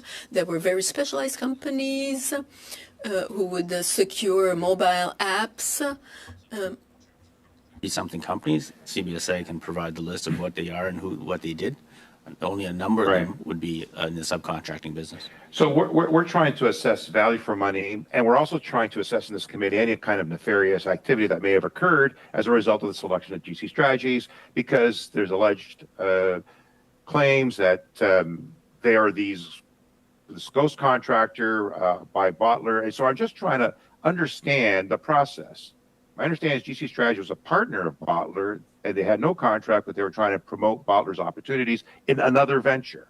And then ArriveCan comes to be. GC Strategy already has a long history of activity with government over many different administrations, has been selected through this hybrid situation that you put forward as an alternative to using Deloitte. Yeah, but no one can And confirm who now selected them. GC That's the Strategies problem, gets Sousa. selected, and we're trying to understand how that took place. You've made it clear that the buck stops with you. You take full responsibility for the administration of the ArriveCan app, and you're stating that it took a life of its own to some extent because of the activities throughout the pandemic. Who actually signed the contract with GC Strategies? Great question. That's actually a Thank good you for question. the question. So there are 4 contracts with GC Strategies. As I said, the first 3 were sole source. The last one was competitive. To my understanding, the CBSA has already provided those contracts, and actually those contracts are actually public knowledge. So you can find those contracts and as well as who signed them. Did you sign it, Mr. Doan? Thank you for the question. No, I did not. Do you feel there was value for money in those contracts? Yes, I do. We delivered ArriveCan in all its complexity. Without ArriveCan, and it was still using paper, different quotes were named. Mr. McDonald said $3. I'll buy that number. So if you take 30 million successful submissions in ArriveCan and you multiply it, the math, I think, explains itself in terms of 54 million versus paper. Paper, and that's a one-to-one calculation. There are other impacts to using paper. Paper takes time to digitize, in the order of 7 days to digitize. So once a traveler comes in and submits a piece of paper, it would take up to 7 days for that electronic information that's usually error-prone because it's handwritten to get the fact, to do the necessary public health measures, to do follow-ups, contract tracing, or to make sure the people are staying home if they need to. So there's the direct cost of replacing paper and all the benefits of having real-time, immediate electronic information. In addition, Mr. Firth has been alleged to have close relationships with senior members of the bureaucracy and civil servants, referencing conversations with others, with Botler in particular. Have you had a relationship with Mr. Firth prior to this situation? Thank you for the question. I did not have a relationship with Mr. Firth either prior to it or after it. Do you know of anybody in government that has been having an ongoing relationship with Mr. Firth? Thank you for the question. No, I do not. It's just speculation. So when the opportunity presented itself, how is GC Strategies brought forward? Did we seek out suppliers? How does this work? I don't know. Thank you for the question. So, as I said a few times, the decision to go in the technical direction that led to GC Strategies is mine, and I'm accountable for it. I still do not know who picked up the phone and asked them to solicit a bid in the first place. And I believe the CBSA is investigating this matter. This is unreal that this guy actually thinks that we believe this whole project happened and he doesn't know. Nobody knows. It's a mystery, everybody, who contacted GC Strategies. He expects everybody to believe that. Maybe it was a ghost that contacted the ghost contractor. Maybe. And the other interesting thing is he is extremely naive to think that, it's just beyond me. It's beyond me. And Daphne Devine with a $2 super chat. Hi, Daphne. Hope you're doing well. Thanks for the super chat. Love to see you on the stream. Thank you very much. It actually gave me a good distraction from this guy. This garbage. I am so just beside myself with this guy. That he spent this whole contract, this whole time, 2 years of development, And he doesn't know. Well, what I think is gross was the way he's like, oh, well, it was 30 million people, and if it's $3 a paper, then inferring that's $90 million that would have been wasted in paper. Like, what? That's garbage. Who says it's $3 a paper? I go down to Staples and I buy an entire box of like 5,000 papers for like $50. Where are these guys buying their paper? And why did this guy not sign the contract? That's my question. Thank you. Do you have anything more you want to add before we wrap up? No. Thank you for the opportunity, Mr. Chair. I think people need to understand, I'm not making this up in terms of what we were living at the time. So March 11th, World Health Organization, global pandemic. 5 days later, government sends most of its employees home. Same time, we close our borders internationally. 4 days later, we closed unprecedentedly the border with the United States. So this is the reality as CIO I was accountable for, and I had to enable both the changes at the border and the changes for employees. Thanks, Mr. Doan. Mr. Garon for 2.5 minutes, or for 3.5 minutes, please. Merci. Thank you, Mr. Chairperson. Mr. Doan, if we just recapitulate, you had a technical decision to make. So should we completely subcontract out, or should we have a hybrid model? Is that correct?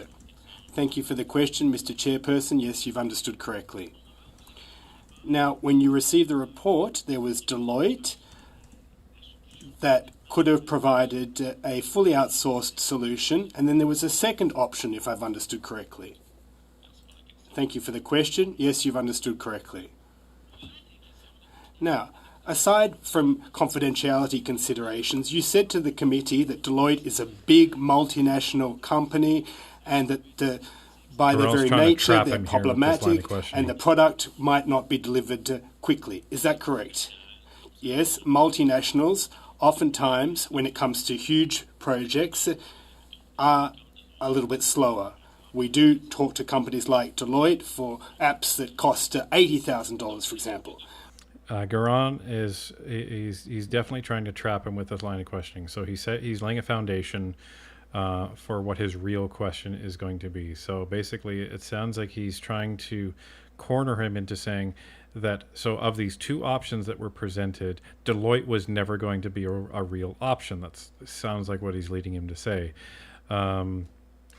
So he's going to try and connect it at some point with GC Strategies. I'm just not sure at this point when yet. I've understood. So you say that Deloitte was one solution, but that you didn't even know what the other company was. The size of the company plays a role, as you just admitted. So in light of that, why weren't you seeking input or information? If it's so important, even though it's not in the report, how is it that you didn't ask any questions? How is it that the nature of the company is important for option 1, but when it comes to option 2, the size of the company is no longer important? That was actually a really good question by Garon. Before I get to that, Daphne Devine with a $5 super chat. Thank you so much. What happened with Phil's paperwork on the government contracts he was to bring last Tuesday? So yeah, they were following up on that. I think last Tuesday they said that they would need a couple more days. So they would have had that paperwork delivered to committee last week. We wouldn't receive any kind of update from committee on the nature of that until it becomes relevant during testimony. So they'd be looking at all of that in the background with the staffers and the clerk and everything like that. And then, they would distill that and, provide a report based on what they received, what they're looking at.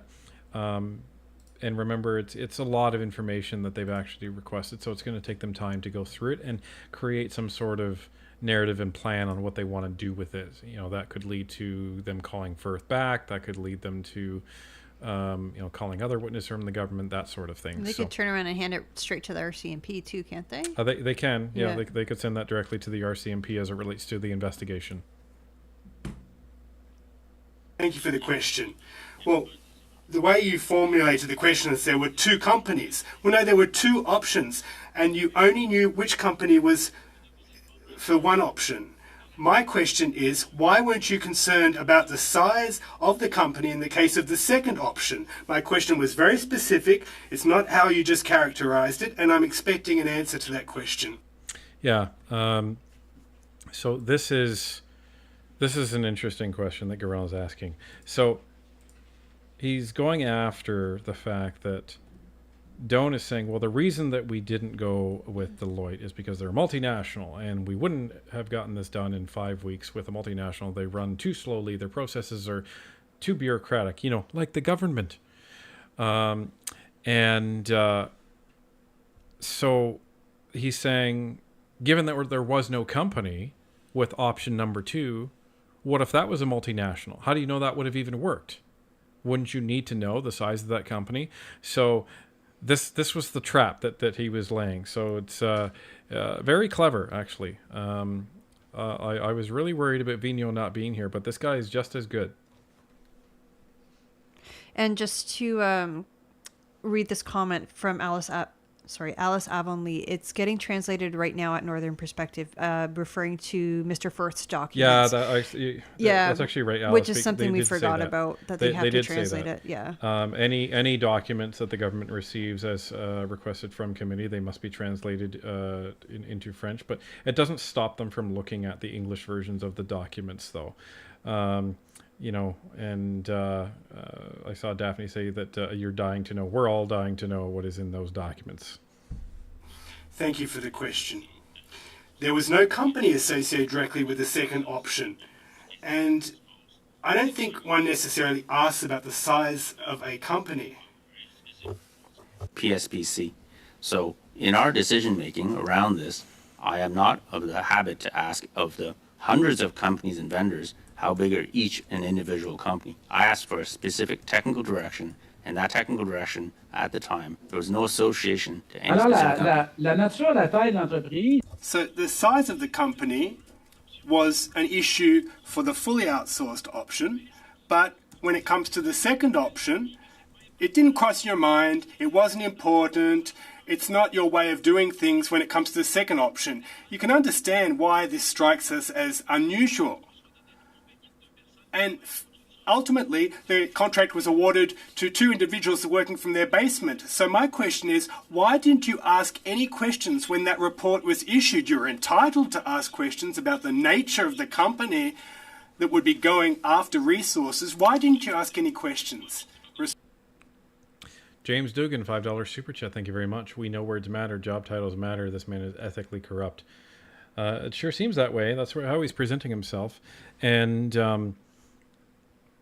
And where Garel is kind of leading this guy down is he's trying to pin him down to say, well, you said that Deloitte was too big, they can't do it. So he's trying to get him down to say, well, so clearly you had to use a small organization. What's the small organization that ended up getting the contract? GC Strategies. Response. I don't know how many employees work for Deloitte. I know it's a multinational company. So it's not how many employees. Why didn't you ask the question in the case of the second option, i.e. the nature of the company? It strikes me as quite normal. There was no company associated with the second option. And run Mr. Johns for 3.5, please. Sorry, so you said, can you tell me again what you think GC Strategies made after costs? Thank you for the question. I gave you my quick math depending on rates. We are not privy to the rates that these companies charge. What's the amount you just quoted earlier in this committee that you said that you think that they made on their $11 million contracts with Arakan? Thank you for the question. So watching these appearances, I did hear them say that their typical rates are between 15 and 30%. So I did math of 15 to 30% of $11 million. That is not a factual statement of mine. That is what I heard them say. I do not know what rates they charge, and the rates change depending on which subcontractor they deal with. To my knowledge, to be corrected, only PSPC would know that information. We do not know that information. Say it's 20% on $11 million. That's a couple $1 million. They've done $55 million with Canada as a whole outside of Arakan in total. This is, you know, a $10 million reward for 2 individuals over a couple of years. Do you see anything wrong with that, given that they don't have an office or any staff? You said that, you know, we understand it's value for money, that their job is to do screening, vetting, to connect people. I mean, they altered resumes. They fraudulently changed resumes. That's how the screening went. In terms of vetting, I mean, no one signed any security briefing or screening forms. There was no NDA that was ever signed or a confidentiality agreement. I mean, this sounds like a disaster in terms of value for money. Would you not agree that there should be some changes? Thank you for the question. The allegations around CV changing, I'm not part of any of those investigations. I can't speak to that. In terms of the subcontracting model, this exists everywhere. This exists in the private sector, in the construction business or others. So this is a model. Well, it shouldn't exist in the federal government. So $10 million, do you not believe that you could hire a firm for $10 million or actually employees within the department, $10 million, hire 2 individuals that could do this kind of work? Yeah. So this guy hasn't worked in the private sector. What are you talking about? He's been government his whole life. 25 years. Wow. And if he did work in the private sector, it wasn't for long enough. Well, that seems to be the problem with a lot of these civil servants, is that they get in when they're young and they just coast through the whole time. So I'm just going to look off screen here. And what I'm going to be looking at is Mr. Mindon's work history. So let's take a quick look, shall we? There you are. Mr. Mindon. Chief Technology Officer for the Government of Canada. I bet you're proud of that. So, all right.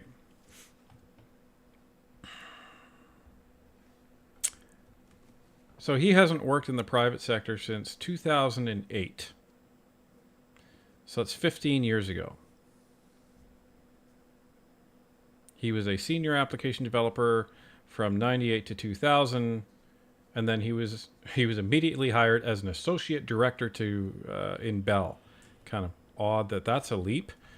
And then he went to Government of Canada. So don't tell me that this is the way it works in private. In private, do companies hire staffing agencies to go and find them talent? Yes, they do. Does a company go to a staffing agency and say, we need to build an app? Go and figure it out? No, they don't. Do private corporations go to a company that they're paying money to and saying, we have a technical project that we need to do? And does that company then go to another organization for help? Yes, they do. Does that relationship and cost happen in isolation? It absolutely does not. What's supposed to happen, and what's happened in every single private organization I've been a part of, is that that company that you're initially working with, they will go and bring a partner in. The partner comes to a meeting with you. The partner says, okay, we've received your requirements. This is what we think it's going to cost. Here's the contract. That contract is then signed directly with the organization. You really think a private organization that its top concern is dollars and cents? You think that private organization is going to tolerate a process where they go to a firm and say, we need this app built, and that firm says no problem, and then they start subcontracting to 2 or 3 different levels where everybody's taking a cut, and you don't think that private organization is going to be worried about where that money is going? Are you insane? Clearly, you have no idea how the private sector works, Mr. Doan. Because unlike the government, which you don't seem to give a shit about the money that you're actually using, there's people you have to answer to in private, or else you'll get your ass fired. Because they want to keep as much money in the organization as possible. So don't even try. Don't even try. For ArriveCan, we needed access very quickly, as I've said, to many different types of skills, cybersecurity and others that we didn't necessarily So have. I'm just asking you, do you think you could hire someone with those kind of skills, with that kind of money? The government of Canada is working very actively to increase our IT skills and resources, but we're in very, very hard competition with the private sector who offer much more generous compensation packages for skills like cloud, artificial intelligence, and others. The other reality is it takes a long time to hire somebody from the outside with the government. So a long Not process. for that kind of money. So Ms. Dutt sent an email, the second email, with allegations of misconduct in December of 2021. Botler's project was terminated the very next day. I have to say the timing of this stinks of reprisal, especially since just a couple weeks earlier, CBSA was telling Botler they were assigning new resources to aid the project. So what changed? Why was Botler's project terminated? And I asked PSPC this question, but they couldn't answer. If you can't, then I'd like CBSA to answer this in writing. From what I've heard of these committee appearances, there were no allegations in 2021 raised by Botler. Mr. Tanner spoke to this. There was a contracting dispute. PSPC was engaged, and the issue was resolved, from what I understand, fairly quickly. The allegations of wrongdoing from Botler surfaced in November of 2022. Resolved, they were turfed. Wow.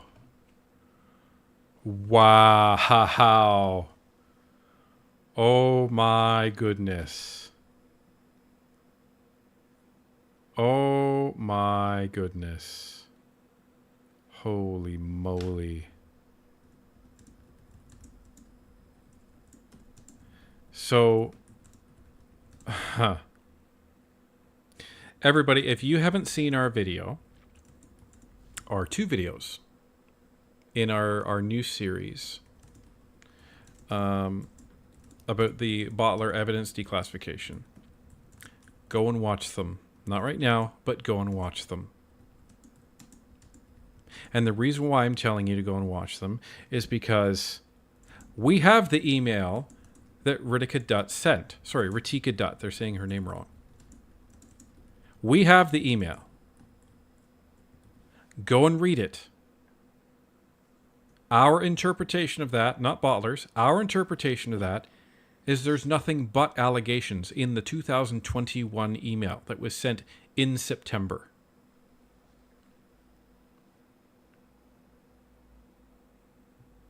And you're telling me as a CIO, your staff isn't making you aware of an email like that? Are you kidding? Holy moly. Again, either incompetent or lying or both. That is our time, I'm afraid. Mr. Genuis for 6 minutes, please, and then we'll finish with Mr. Jouari for 6. Get him, Garnet. During his testimony 1 week ago, Mr. McDonald said the following, quote, I believe Mr. Mendocino was not happy. Mr. Mendocino wasn't there when ArriveCan kicked off and when all of this was going on, but there was a lot of news about ArriveCan. Min was worried that either he or Jonathan Moore were going to get fired. So he was talking about somebody's head on a platter, and he said because Jonathan Moore had made a whole bunch of mistakes from an accounting perspective talking about how much ArriveCan cost, it would go his way or it could go Mr. Doan's way because Mr. Doan was the CIO at the time. Then he turned. We were on the phone, but he stopped the conversation, and he just said, you know, Cam, if I have to, I'm going to tell the committee that it was you. End of quote. Mr. Doan, in that section of his testimony, was Mr. McDonald telling the truth? Merci pour la question. Thank you for the question. I didn't brief Minister Mendocino on this issue. As I said, last year, there were no allegations. I'm going to jump in there. What? I asked you a very simple question, and we've had you for almost 2 hours, and you've struggled to give direct answers to simple questions. And I'm not going to go off this one. In that section of his testimony, Get was him. Mr. McDonald being truthful, yes or no? Get him. Thank you for the question. I am under oath, so yes, I am being very careful about my statements because I'm under oath. I understand what. But that you still have means. an obligation to answer questions before a parliamentary committee. You have an obligation to answer those Get questions, him. sir. Get him. And not doing so is contempt of parliament. Get him. Call him to order. Again, were Mr. McDonald's statements truthful, yes or no? Thank you for the question. I am trying to answer the question. So there are different elements of that quote that you read to me that in terms of what is truthful, in terms of what is engaging. Were some elements of that quote untruthful then? Last year, nobody was looking. Are there any to fire elements anybody. of that quote, sir, that are not accurate? I can get that in writing. Can you repeat the quote for me? Sir, the quotation, I have limited time, and the quotation was directly from Mr. McDonald's testimony. You heard it. Was Mr. Generous, I'm going to interrupt you for a second. Please repeat the quote. I will allow the extra time. Atta boy, I'm Kelly. Just Beautiful. read from you, right from witnesses, Atta for swearing boy. of Yes. witnesses. Procedure and practice, it states, refusal to answer questions or failure to reply may result in a charge of contempt. Wow. Ladies and gentlemen, something's about to happen. I can smell it. Something is about to happen. I would to say, Mr. can you Doan. smell what the Brock is cooking? But it's Genesis time. Something is about to happen to Mr. Doan. Thank you, Chair, for stepping in. Wow. You know, Kelly McCauley is like that sleeper, eh? You know, I've seen a series on Netflix, and I think it's called like Fastest Car or something like that. Some of you may have seen it. I'm not exactly a car junkie, but it's really interesting to see. And they refer to sleepers in there, and a sleeper is a car that looks like a normal car, like a Honda or like a Mazda 3 or something like that. But the car people soup them up so they are as fast as race cars. So they're unassuming. Kelly McCauley is a sleeper, everybody. I think there's a lot of conservatives like that. Like Yeah. they look like, nice, proper gentlemen, and then when you piss them off, that's it. Done. Well, but Kelly, he's like this very sweet and polite chair, but then he'll just step in and you're like, wait a minute, what's happening now? So F around and find out. Absolutely platinum sniper. So, all right. I am all ears for you, Mr. McCauley. Let's hear it. This has been repeated to you several times today. There have been a lot of direct questions, and I normally don't do this, but there have been very specific questions, and we'd like very specific answers. Taxpayers deserve that. Canadians deserve that. Parliament deserves that. Mr. Generous, I'm going to turn it back over to you if you want to repeat the quote, and I will not take away your time. Attaboy, Kelly. Thank you, Chair. The quote is as follows. I believe Mr. Mendocino was not happy. Mr. Mendocino wasn't there when ArriveCan kicked off and when all of this was going on, but there was a lot of news about ArriveCan. Min was worried that either he or Jonathan Moore were going to get fired. So he was talking about somebody's head on a platter. And he said because Jonathan Moore had made a whole bunch of mistakes from an accounting perspective, talking about how much ArriveCan cost, it would go his way or it could go Mr. Doan's way because Mr. Doan was the CIO at the time. Then he turned. We were on the phone, but he stopped the conversation and he just said, Cam, if I have to, I'm going to tell the committee that it was you. End of quote. In that section of his testimony, sir, was Mr. McDonald being fully truthful? Yes or no? Thank you for the question. No. Oh. Wow. Boom. There it is, folks. Kelly McCauley to the rescue. Wow. Min is not happy he had to say that. He's probably wondering what dirt Cam might use against him. Oh, he is Wow. Because that was a line, wasn't it? That, oh, we have dirt on everybody. Yeah. Yeah. Yeah. That was a line from Christian Firth on behalf of Mr. McDonald. Yeah. Damn. Which parts of that quotation are not true from your perspective? This is obviously the evolution of that question, isn't it? All right. He's hear it. being direct now. Let's hear the direct answer. So I've written them in order. So the first one, Mendocino not happy. I would not know that. I would not be privy to that. So I don't know where Mr. McDonald got that. I'm not saying that it came from me. It did not come from me. I was not briefing the minister in the minister's office. Part number two, I was... Let's jump in on that point specifically. So you're saying that you didn't have a direct conversation with Mr. Mendocino, but did somebody else tell you that Mr. Mendocino wasn't happy, and did you relay that information to Mr. McDonald?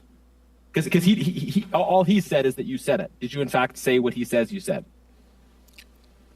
I do not recall saying that Mr. Mendocino or any relayed information would have come to me. And at that time, that was not the concern. Can I answer number two do you and three? recall at any point? Do you recall being told at any point that Minister Mendocino was not happy? Thank you for the question. No, I do not recall that.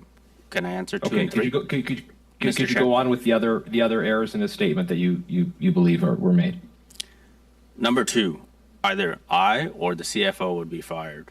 I had no fear for my job this time last year. I stand behind the decision. I think it's value for money, and I don't think at any point in time I was afraid for my job.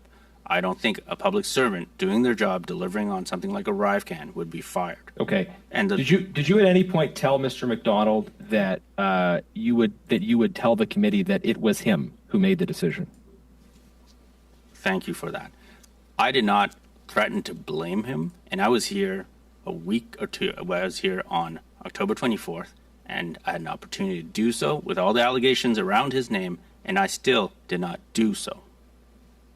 So you're suggesting that this conversation between you and Mr. McDonald is entirely fabricated? Thank you for the question. I did have a conversation with Mr. McDonald. I did reach out to him. There's evidence of this. I reached out and asked him for facts and data because he was there at the time. I did have the conversation. The point of the conversation was help us understand who invited GC Strategies into RiveCan at the first time. We absolutely did have a conversation. Okay, but these various particular points you're saying are not accurate. With respect to the minister's office, did you have any information shared with you about the perspective of the minister or the minister's office in relation to this procurement? Thank you for the question. I do not recall anything from that perspective, or from the minister's office, or from the minister, and I was not briefing the minister on this topic. See, in one breath, he says, "I do not recall hearing from the minister," and in the second breath, he says, "I did not brief the minister on this." So you know you didn't brief him, but you don't recall other things. Like, this is sketchy, everybody. Usually in government testimony, "I don't recall" does not always mean this, but "I don't recall" is often used for "I don't want to lie, so I'm just going to say I don't remember," because you can't prove it. Well, and especially because he's under oath. Yeah. Did you receive any direction along these lines regarding Deloitte, regarding the selection, regarding how people felt about it from Mr. Osowski, Ms. O'Gorman at any points? I do not recall getting any direction on any of these matters. In terms of technical direction, this would not be something that a deputy minister would normally get involved in. Okay. So to summarize your testimony, you were given two options. You knew that Deloitte was behind one of the options. You did not know that GC Strategies was behind the other. You chose the option for the company that involved a company that you weren't aware of. You don't know who made the decision regarding GC Strategies. You at no point heard from or consulted with your bosses within the department. And Mr. McDonald fully fabricated significant aspects of your conversation with him. I find that testimony quite unbelievable, frankly. But that's what you have to say? And that is our time, Mr. Genuis. Perhaps, Mr. Doan, you can get back to us in writing on that. Mr. Jory, please go ahead for 6. Thank you. One question on ArriveCAN, and then I'll move to Butler. You talked about staff augmentation. Why wouldn't Deloitte consider, as a firm, to be able to provide staff for your staff augmentation? Thank you for the question. Deloitte can provide, into my knowledge, in my experience with them, in terms of a system integrator, it's major projects, major deliveries, hundreds of millions of dollars. To my knowledge, I do believe that's a service they do offer, but that is not what they bring in terms of value. They bring a whole solution. So what we have here with GC Strategies is a task base. You have an overall contract, then I need very specific rules. I need to define a statement of work. They do the task. They provide the subject matter experts and the per diems, and they will move forward. Deloitte is more, I need an entire solution that may cost millions of dollars. They have the expertise to build a solution and maintain it. Okay, I want to go to Butler. Now, you mentioned, and there is an email dating back to November of 2019, where you had instructed Mr. McDonald to look for a vendor, and he suggested that he had found Butler, and you asked for a presentation, and a PowerPoint deck was sent to you, and you provided a feedback that it's slim on content, and it's basically restating the problem, and you instructed Mr. McDonald to go back and work with them to beef it up. Is this true? Merci pour la question. Thank you for the question. My recollection is this.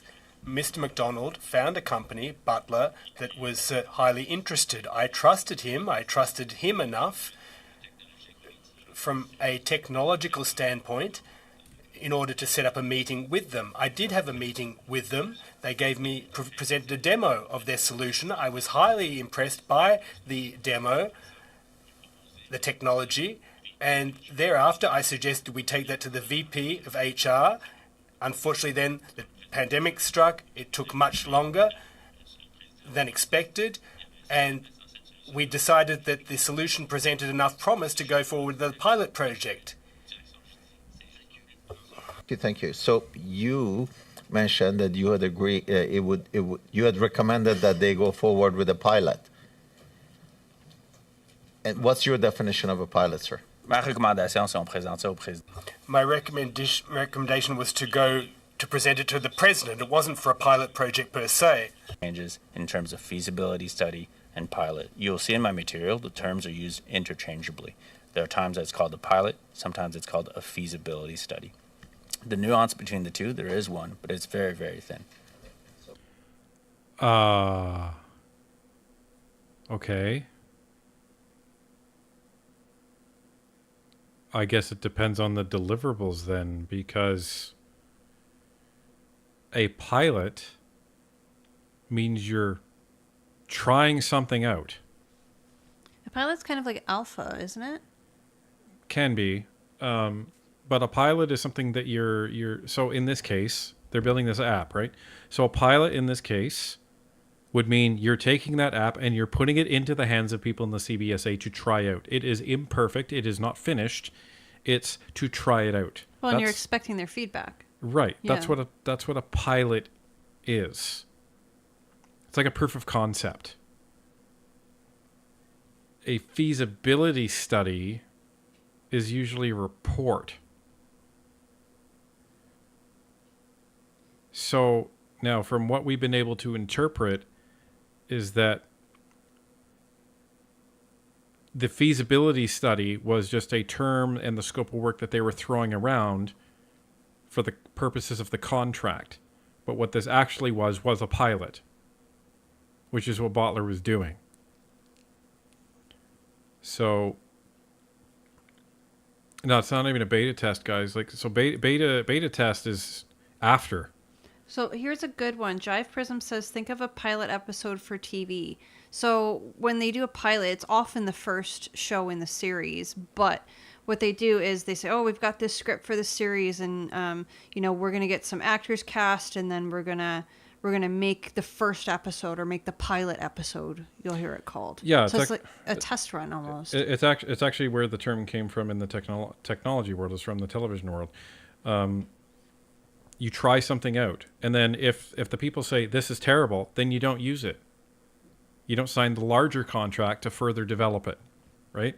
Yeah, so if you take that TV pilot that you've recorded and you send it out to all these studios and everybody says, wow, this sucks, we're not producing this, then they don't make it. Yeah, so let's just, so to give everybody an idea, so there's a couple different phases, and these are named 50 million different things. But some of the tech people, they say your first version is a alpha. So an alpha is barely functional. Some people call it an MVP or a minimal viable product. Some people call it a pilot. Some people call it a proof of concept.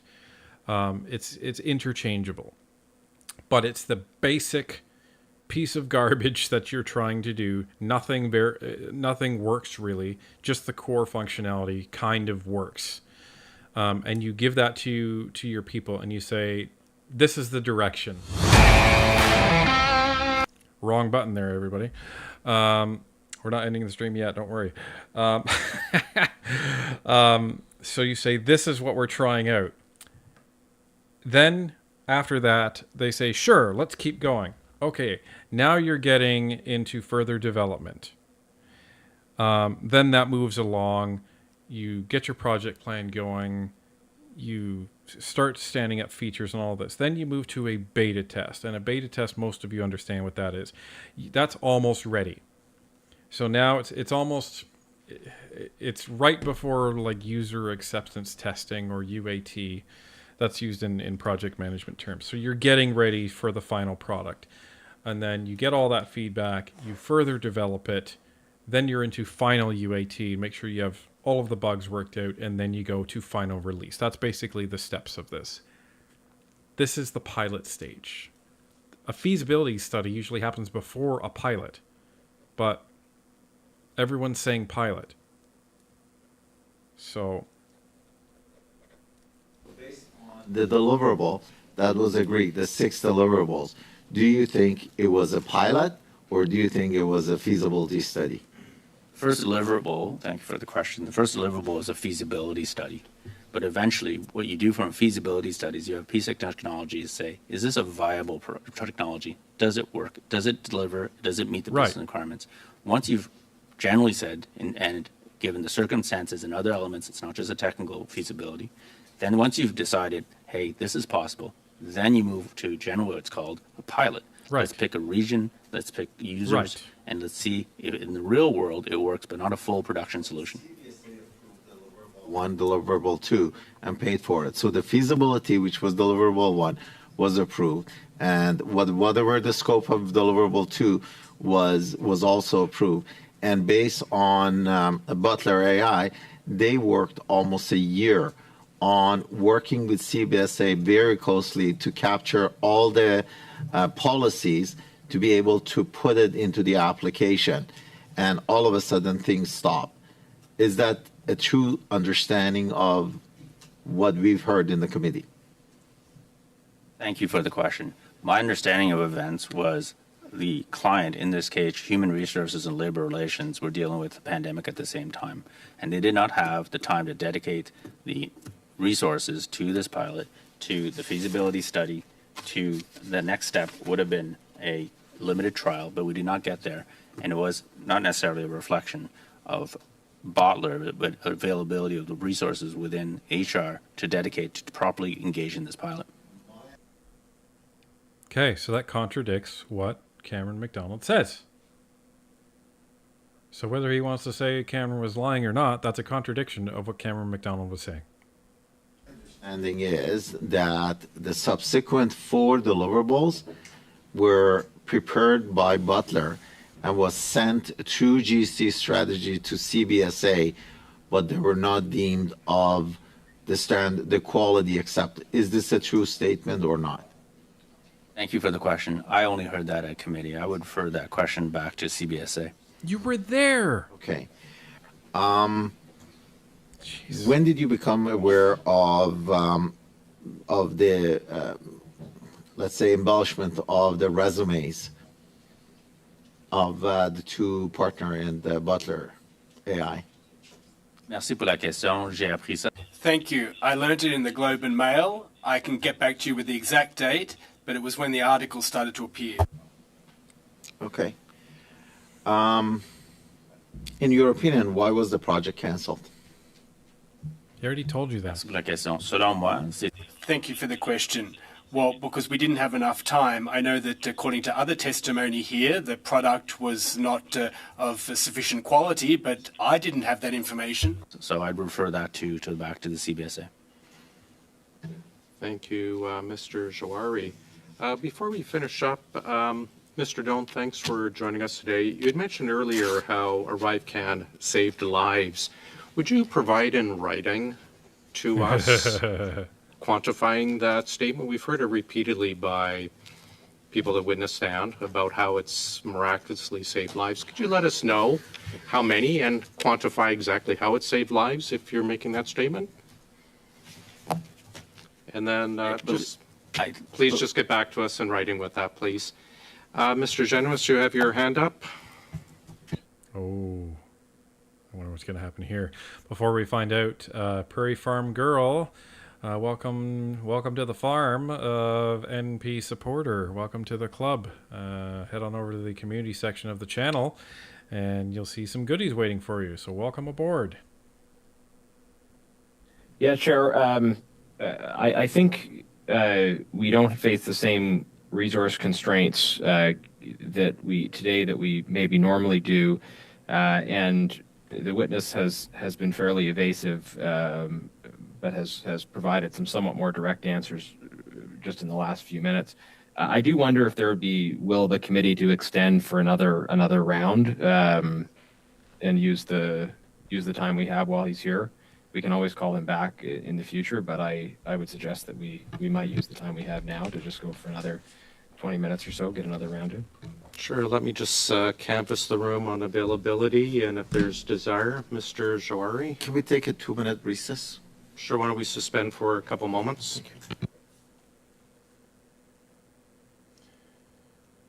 So I have some inside information on this. Ratika actually let me know that the answer to this question is yes. That they actually do go longer. Because remember, we haven't seen this yet, so yeah. So we got a little spoiler from Ritika. Don't fall asleep with the elevator music. Pee break for the committee and anybody else here who needs a quick washroom break.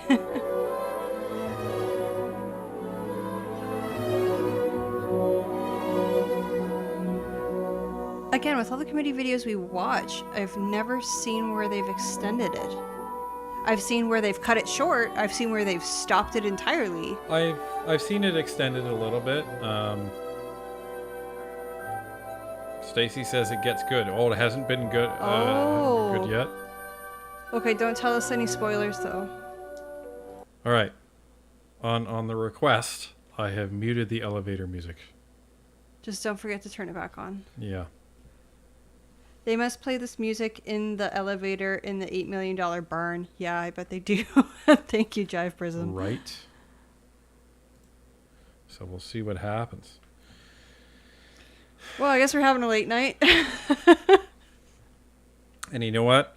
I just want to give a mad amount of props and appreciation to the 838 people who are still with us at 12:43 a.m. Eastern Standard Time, getting down to the truth. Thank you very much for sticking with us throughout this. We really, really appreciate it. It is so important, now more than ever.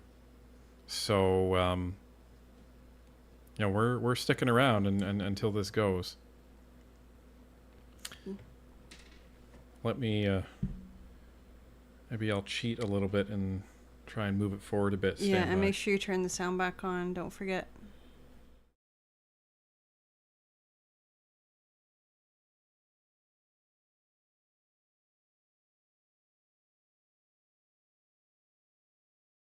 Back to here. off we go. Mr. Genuis, it's been agreement. We'll do 5 for the Conservatives, 5 for the Liberals, 2.5 for the NDP, 2.5 for the Bloc, and we will finish there. So, Mr. Genuis, why don't you go ahead for 5, please? Well, thank you, Chair. Mr. McDonald also said during his testimony, quote, Mindone made the decision to go with GC strategies because of the fact that he had been told that he could not use Deloitte. Mr. Doan, was that statement by Mr. McDonald accurate? Thank you for the question. I was never told not to use Deloitte.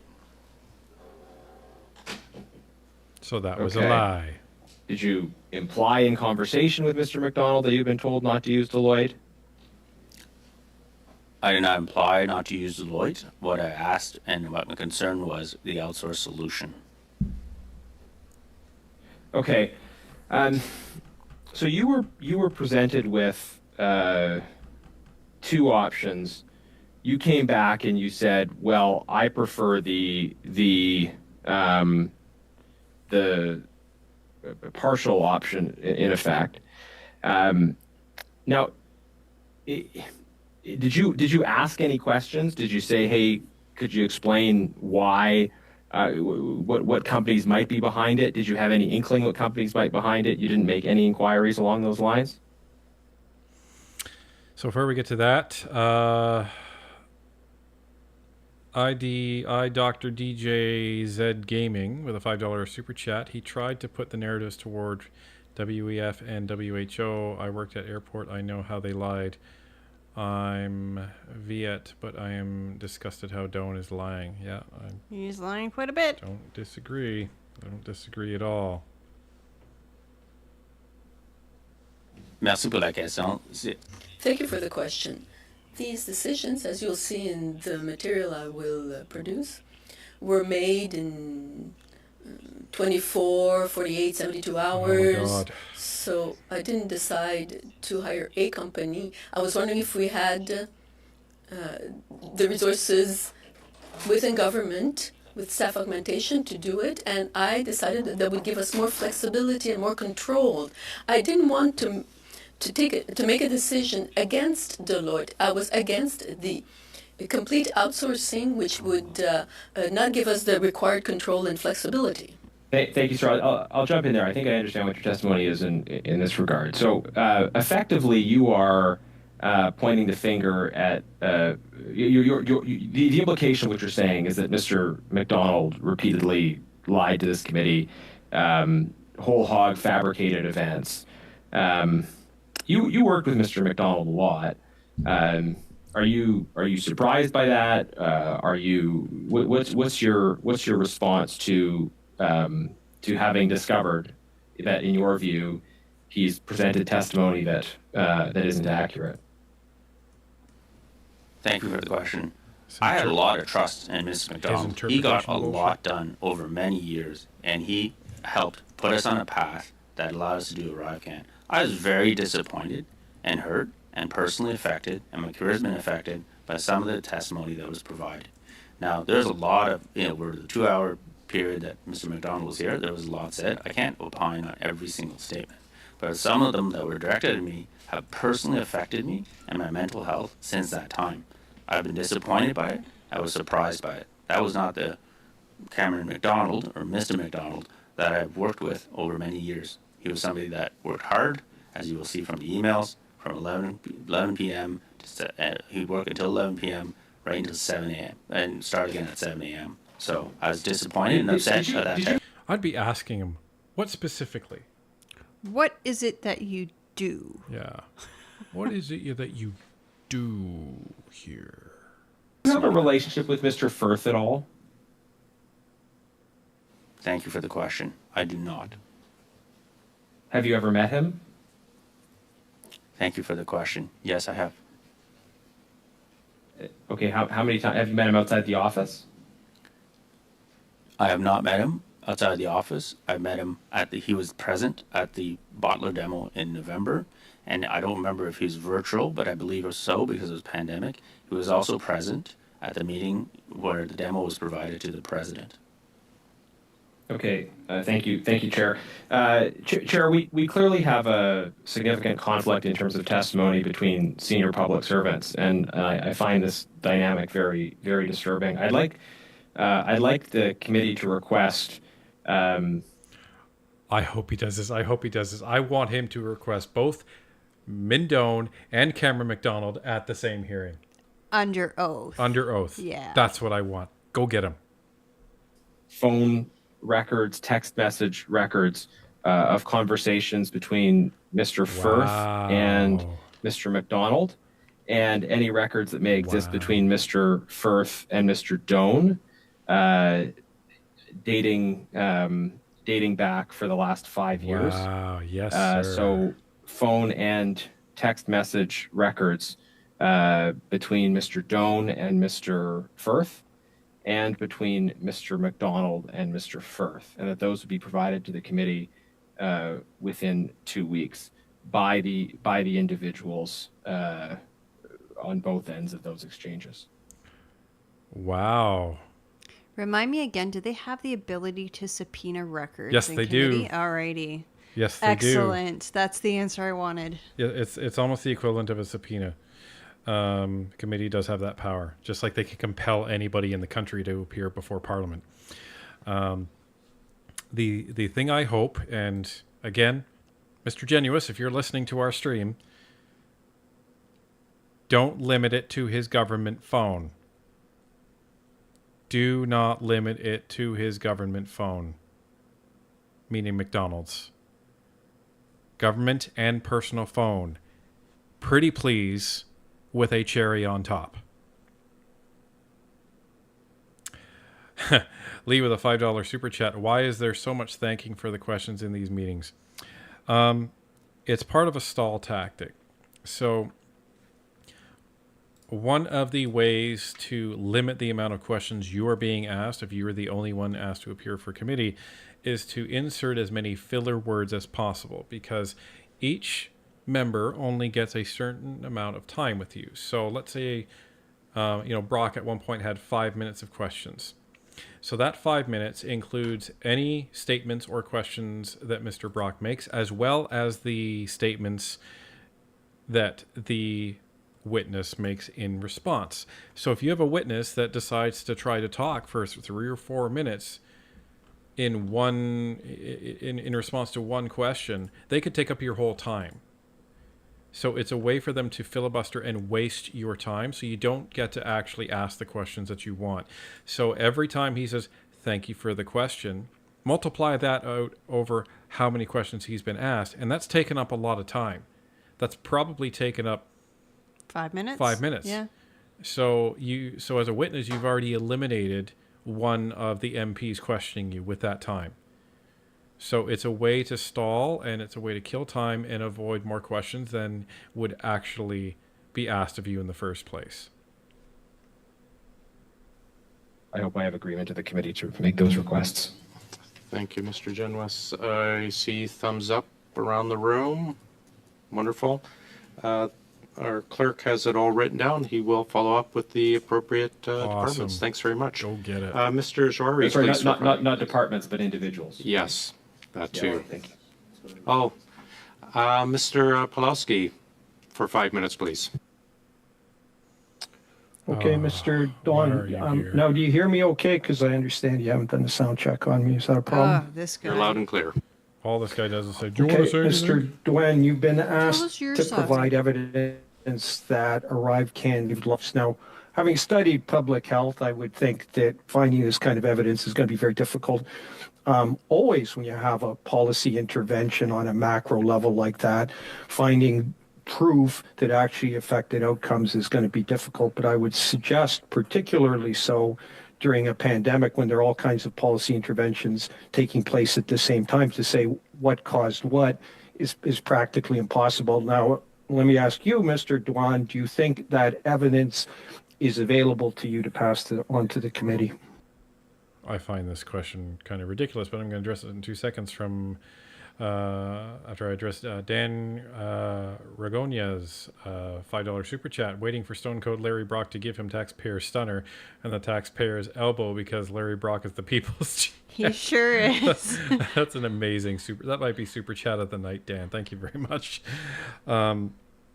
But here's the problem. Like this guy saying, oh, well, I don't think there's evidence. Well, then, what do you do in making the claim that ArriveCAN saved a bunch of lives if there's no evidence to support that? So what?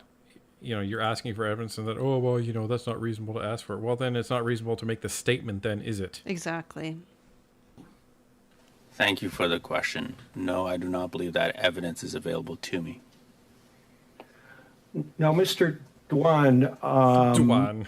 Mr. Genowes entered into his question the testimony of Mr. McDonald about what happened when they had the discussion about the discussion between you and Mr. McDonald as to who decided to choose GC strategies. In that, it was specifically mentioned something about somebody's head on the platter, Mr. Mendicino, who was going to take the fall for that. Now, you've said some of that isn't true, but you had that conversation. Could you tell me the contents of that conversation? I'm not sure how many months later you're going to recall all the specifics as to who said what, but can you let us know in general what that conversation was about? There's a lot of things he couldn't recall. How can he recall this? Thank you for the question, I Mr. bet he Chair. can. I reached out and called Mr. McDonald. He completely recalls and asked him for more facts and data in a period of time that was fairly poorly documented. We exchanged. I asked him the question, do you know? He said no. We did have a conversation where he proposed what I'm talking about today, which was, Min, you chose a strategic direction that led to GC strategies. I've had the same conversation here at committee, and I said, well, that's not a direct decision to choose GC strategies. We couldn't come to an agreement on this very important difference. I said, if you can provide anything that you can, this is the situation that we face. I did say that if we can't come to a point where some more factual information and documentation is made available, I may have to refer him to the committee. And that is also a fact, and that was it. Now, so from what you said, the point of contention in that meeting was who chose GC strategies. So when you actually talked, neither of you could decide who actually made that decision? Thank you for that question. His point of view is because I picked a direction that I made the decision. After that, he wrote a note, and in that note that was meant for me to say, it says I was not aware of the GC Strategies company, and I quote, I was not part of the decision. That was his handwriting. His personal writing. I being Mr. McDonald, he wasn't aware. No, he wrote that for me. He was not going to that committee appearance.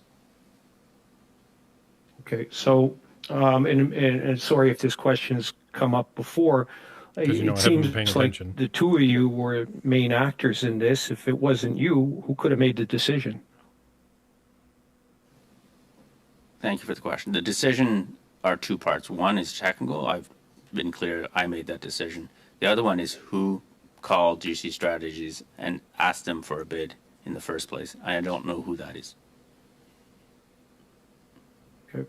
Mr. Chouari, do you have any other further questions? No, Mr. Chair. Oh, thank you very much. Mr. Garon for 2.5, please. Can't stop the block.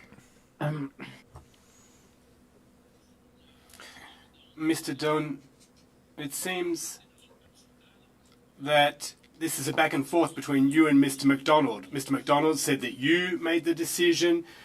You say that you didn't take the decision, and yet you say that the buck stops with you. You're accountable. You have a funny definition of accountable, though. You're accountable for a decision, but not the decision-making process fully. Now, normally in this kind of process, you take the technical decisions, but under normal circumstances, who makes the decision to choose the company that will fulfill the terms of the contract? At what point in the process is that decision made? Thank you for the question. This is actually a really, really good question. Really, really good. It's an innocent sounding question, but it's very good because this whole time Don has been saying, well, we followed the proper processes of procurement. We followed the proper processes of the law, and PSPC is saying the same thing, and Cameron Firth was saying the same thing. Utana was saying the same thing. So they're all saying that. So this is very interesting. So Garand is basically saying, all right, fine, you've done everything normal. So under normal circumstances, outside of this 48-hour stuff, who chooses the vendor? And if whomever he says, well, this is what would happen normally, then Garand would say, all right, since you're saying this happened according to PSPC processes and everything was followed, then therefore this person must have selected the vendor. That's where I see this question could go. Well, it depends on the value of the contract, but it's a delegated manager who makes that decision. Well, in this particular case, that delegated manager is accountable to whom? Well, as I said, that delegated manager, as I said, well, I don't know who made the decision to call C Strategies to call on them to bid. But normally, who does this delegated manager report to? Well, to his manager. But honestly, who's the manager in that case? Are you doing this on purpose? Honestly, I think you're a smart gentleman, and I think you can answer these questions. Who is this delegated manager reporting to? I am his manager. So you take a technical decision, and a company is chosen to spend public money, and then you have a delegated manager. And when I ask you the question, why do I have to ask you 4 times the same question? Someone who reported directly to you made the decision to choose the company. Is that correct? No. The way I understood the question, I apologize. Oh, shut up. Is that who was delegating to who? This is the wasting of the time. Mr. McDonald was the one who I delegated the responsibility to. So under normal circumstances, if I've understood correctly, you take the technical decision is made, and someone is delegated to make the following decision, and that person reports to you. Is that correct? Yes. So you could have found out more information, i.e. which company it's one of your had direct been reports. retained. It would have been possible for you to get your hands on that information. Is that correct? Well, there are several areas or levels of delegation. The delegate has the authority to make the decision without consulting me. Mr. Johns, please, for 2.5. That's a big problem. Big problem. So this is so I'm glad Garand chose the exact avenue of the questioning that I thought he was going to go down, because it creates a big problem for Don. And why is that? Because he said under normal circumstances, who makes that decision? Oh, well, the person who was delegated to. Okay, so who's their boss? Oh, well, I am. Okay, therefore, this is one of your direct reports. And you don't have 1,600 direct reports. So then he goes on to say, so therefore you could have found out who this was because you knew it was one of your direct reports. What is wrong with you? And it looks more and more and more and more like this guy knew exactly who it was. And of course he knows who it was. And is lying.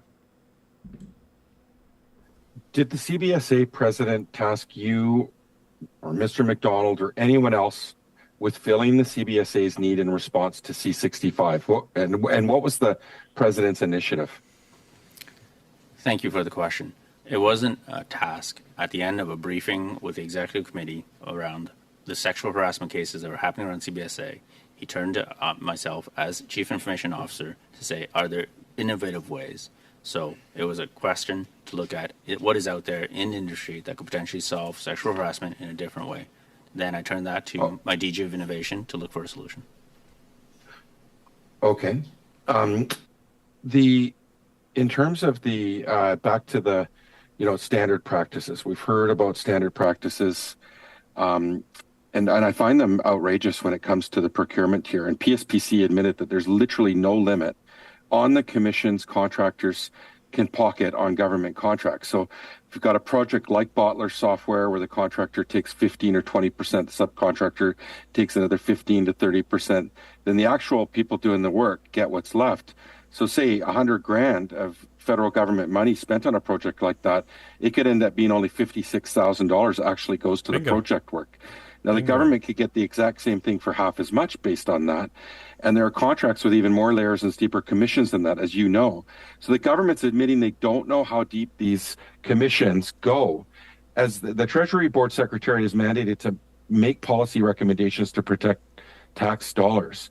As a CTO, will you do everything you can to stop this runaway grading trading by imposing a limit on commissions? And why isn't the government hired its own IT recruiters? Like, by the numbers we're seeing, you could hire 10 IT recruiters at the governor general salary based on what GC Strategies got and still save millions of dollars a year. 100%.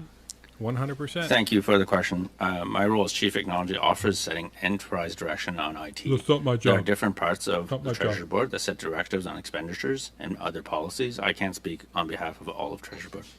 I find that hard to believe. As the CTO, you can't make recommendations to hire within house to save millions of dollars of taxpayer money and have those that expertise in house. Okay, I just want to point this out. Everybody, do you see how aggressive the NDP is getting in committee now? This is important. Do you see the difference between the Liberals, the Bloc, and the NDP? Well, the Bloc's doing this. The Bloc's doing a good job. That's what I mean. And the NDP are very aggressive now as well. It's there's just the Liberals that are playing all buddy-buddy with these people. And then there's the NDP, the Bloc, and the Conservatives that are going almost equally as aggressive. This isn't a coincidence. You're saying that you have no say in it, no involvement in improving efficiencies and saving taxpayers' dollars. Thank you for the question. In the technology direction and decisions he's getting mad. Look at I him. said, that is actually fundamental to what we do, not from a procurement perspective, but it also takes into account the different cloud technologies and others to ensure that what we deliver and the digital solutions that we deliver are delivered as effectively as possible. So absolutely taxpayer dollars is front and center in the technology perspective. The element around procurement is a different part of Treasury Board Secretariat and PSPC. But taxpayer dollars in terms of the investments and technology investments we make is front and center in everything that we do. Thank you very much. And we are done with that round. Thank you, everyone, for your patience as always. Mr. Dewan, thank you for hanging around for an extra 25 minutes. Unless there's anything else, we are adjourned. Thank you. Wow.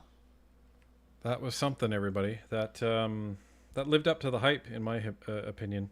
Yeah, I thought it was going to go one way where Doan was completely going to, appear as he's like the angel boy, that he's the one telling the truth and that he would contradict absolutely everything that McDonald said. But it did not go that way at all. Yeah, and I'm just going to double check.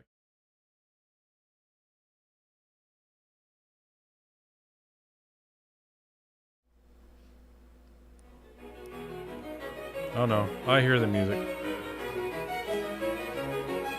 And we're done. Roll the credits apparently on the Definitely committee done. Anyway, wow. So you know, Mr. McDonald's going to be called back to committee. But I think they're going to be waiting until they get the phone records and the text messages. That's going to be very interesting. Yeah. Now, there's only one problem that I may see with this. If McDonald's smart and he uses something like Signal, then they're not going to be able to see the text messages.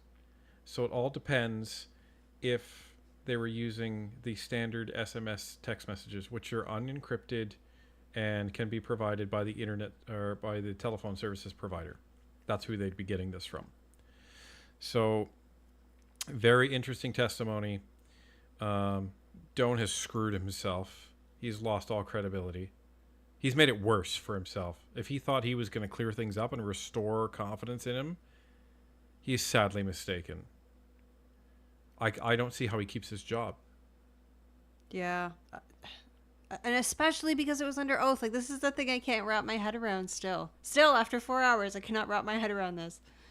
Yeah, under oath this whole time. And, you know, I'm being very careful. You were being very, very evasive. And they could find you in contempt as a result of this. They may very well. But no one's going to look at you the same way.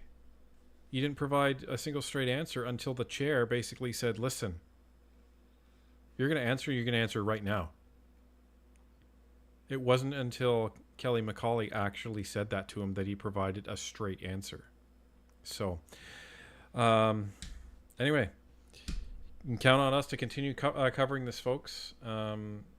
We do have another episode that is going to be released later this week on the Botler declassification series, so stay tuned for that. Please share, these videos, share the playlist, Scammed on Arrival, so Canadians can see what is going on. So this is the problem in this country, is that there's not enough visibility to this stuff. It's not being covered by the mainstream media. To my knowledge, we are the only ones that are covering this in this much detail. And I think that's one of the reasons why, Botler has entrusted us with the evidence that they're providing us. So please share this out there. Because more Canadians need to see this. More Canadians need to see exactly what is going on in this government. Yeah. Because that's the only way that we're going to get them out of office. Liberal voters, NDP voters, Bloc voters, any voters, any Canadian, they need to see what's going on. This is your money. It's your money that is being absolutely wasted and stolen. Okay? So make sure you share this. And we just want to say thank you to everyone who threw in a super chat today. Those that didn't, that wanted to, thank you so much. Even just showing up and participating, learning what's going on so you can have conversations with other people. That is equally as important. And that can't be overstated. We did Yeah. see it a few times in the chat. Oh, I can't afford to give. And that's totally fine. We are giving you this information so that you can give it to everybody else. That's the important role that you play, is to talk to other Canadians and let them know exactly what's going on in this government. Yeah. So please keep doing what you're doing, guys. And if you haven't subscribed, please subscribe so you can get notification of these live streams, of the other videos that we're doing on this topic. It is constituency week, so there won't be any more committee live streams this week that I know of, but we will have our regular Sunday live stream this coming Sunday at 9:30 p.m. Eastern, and we're just going to do kind of like a laid-back question period. We don't have a guest or anything. It'll just be the two of us, and we can all have a chat. For sure. And look for our other videos this week. We may or may not take a break tomorrow because, oh my God, this has been a lot. But we'll see what happens. So thank you, all of you, for sticking with us, and we'll see you in the comments. Take care. Thank you. Good night.